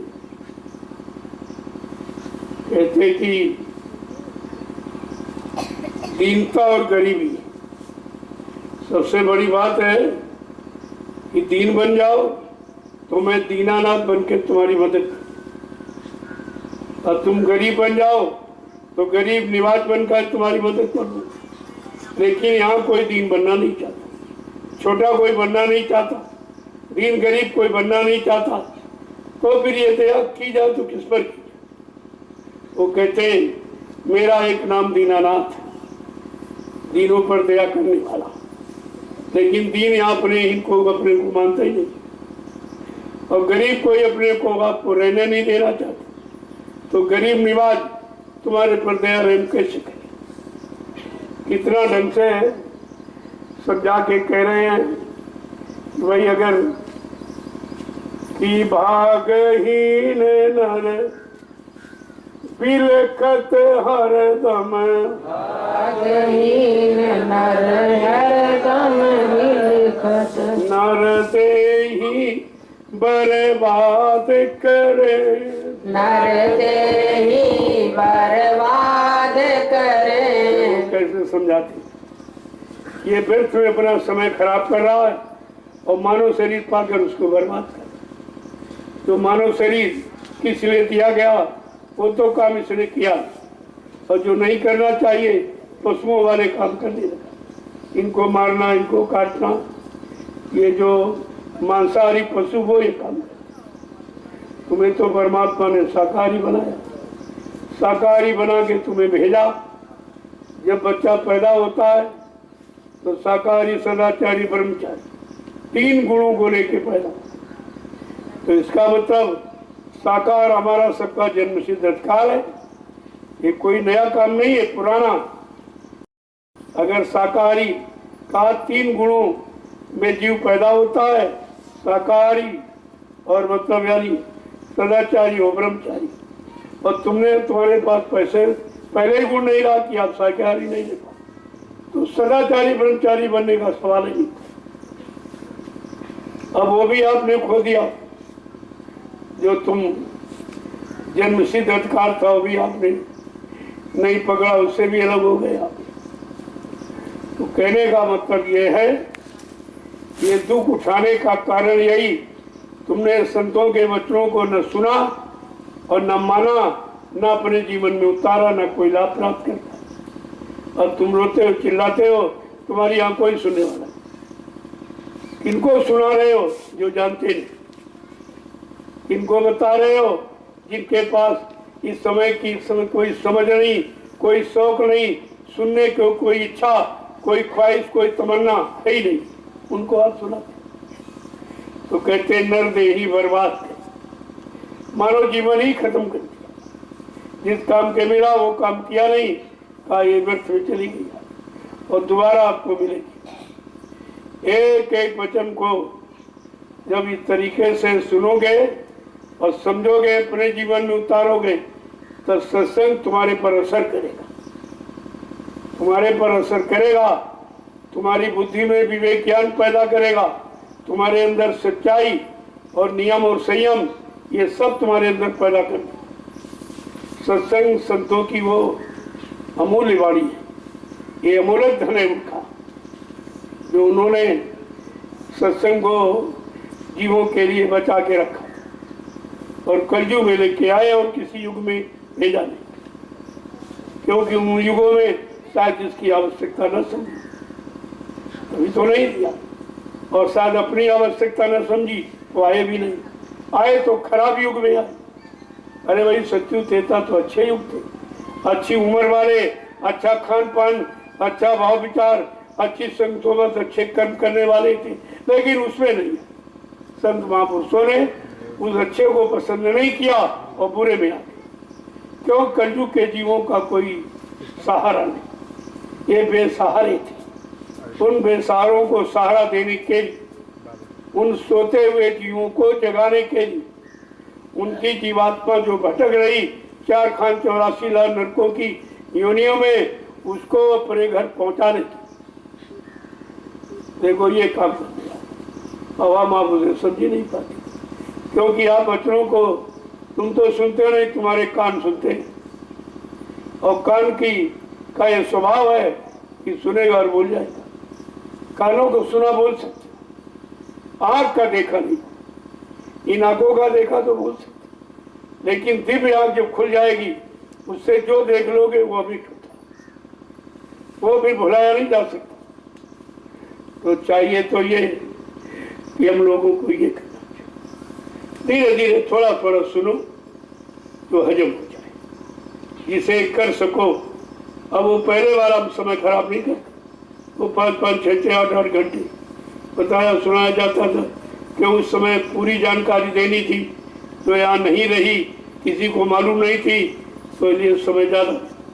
अब वो बात नहीं थी, अब तो मेन चीज जिससे तुम्हारा काम बन जाए और तुम मुड़ के खड़े हो जाओ, अपने काम के लिए चलो, बस उतना ही राय आपको मिलेगी और उतनी जानकारी आपको देगी। जय गुरुदेव, जय गुरुदेव, जय गुरुदेव। नाम किसका? प्रभु का प्यारा नाम। जोर से बोलो, अरे खड़े हो जाइए, तो रोज बताना, सब मिल बोलो, बोलना होगा, अभी से बोलो, दुख दर्द हरेंगे, सब कष्ट मिटेंगे, सुख शांति भी देंगे, सबके दाता, सबके मालिक, प्रेम से बोले, वो नाम नहीं इंसान का, ये काम नहीं इंसान का, देखो प्रेमियों जितने नाम आए, उन्होंने ये ऐलान नहीं किया जो ऐलान करके आप समझे गुरुदेव नाम प्रभु का, जो उसकी महिमा है। वो सबका वो काम करेंगे जो किसी और वो सबका काम। उनके यहाँ कोई धनी मानी, कोई राजा महाराजा ज्ञानी विज्ञानी नहीं, सब ऐसा इनाम समय से आया जो सबका काम करने। और पिछले जो नाम आए थे वो तो सचिव वाला नाम दूर बलराम का काम किया, दो ही, तीसरे का काम नहीं कर पाया। त्रेता वाला नाम केवल विभीषण को राज के तीसरा काम को, बाकी नहीं। द्वापर वाला नाम वो गोपिकाओं गोल वालों को काम और किसी का, लेकिन ये नाम सबका। यही तो इस नाम की प्रमुखता। और इसीलिए आपको रोज बताया जाता, करवाया जाता आपके मुंह से कि भाई ये नाम सबका काम, सारे दुख तकलीफों को मिटाने वाला, सबको सच्ची सुख शांति देने वाला, सब जीवात्माओं को जगाने वाला, जगा कर उसके घर पहुंचाने वाला, ऐसा नाम है। इसलिए इस नाम की महिमा सर्वोपरि जो कभी नहीं रही वो आज आपके सामने। जय गुरुदेव, जय गुरुदेव। अब आपके लिए ये सेवा प्रदान है, ये भजन से बढ़ के, क्योंकि कितने भजन यहाँ बैठ के भजन के, अरे दूसरे का छीन लो ले लो, ये तुमको दिलाया जा रहा लेकिन तुम लेना नहीं जानते, इधर उधर छिपे बैठ जाते। फिर क्या आपको यहाँ आए हो तो कुछ करो, तो तपस्या कर लो और जल्दी हो जाए और ज्यादा मजबूती से आपको मिल जाए।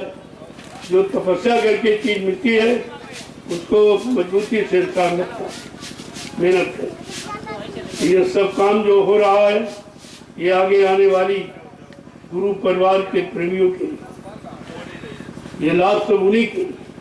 तुमको तो करने का मिलेगा, शरीर निरोग हो जाएगा, पाप कर्मों से आजादी हो जाएगी, और जो व्यवस्था बना रहे हो इससे तमाम लोग लाभ उठाएंगे। वो लाभ आपका एक्स्ट्रा हो, वो लाभ अलग। चलिए कल देखो आपने बहुत काम किया, कल मैं भी 2-3 घंटे वहाँ बैठा रहा, भाई देखता रहा कौन कैसी सेवा कर रहा, ये तो जरूरी होता है। अब आप लोग चलिए वहीं पर आपको नाश्ता, हाँ नाश्ता कर लेना और फिर परिसेवा। एक ही निशाना रखो, सेवा सेवा सेवा, जिससे वो मुकाम मिल जाए, लोक मिल जाए, अपना घर मिल जाए, अपना मालिक मिल जाए, उसके लिए सेवा कराई जाए। ये सेवा कोई सांसारिक लाभ पाने के लिए नहीं है। कभी तो लोग इसे समझ नहीं पा रहे कि परमार्थी सेवा का जिक्र किया जा रहा है, ये परमार्थी सेवा है क्या? लोगों को पता नहीं इसका, कुछ नहीं जानते। जब जानते नहीं तो कराएंगे क्या, और करा कर लाभ ही क्या दे सकते? ये लोग आपको मिला। चलिए आप लोग चलो, मैं भी आऊँगा 9 के बाद, आपका दर्शन करूँगा, देखूँगा भाई किस तरह की आप तपस्या करके ये सेवा कर रहे हो, आगे आने वाले लोगों को लाभ देने के लिए, अपने गुरु परिवार को लाभ देने के लिए।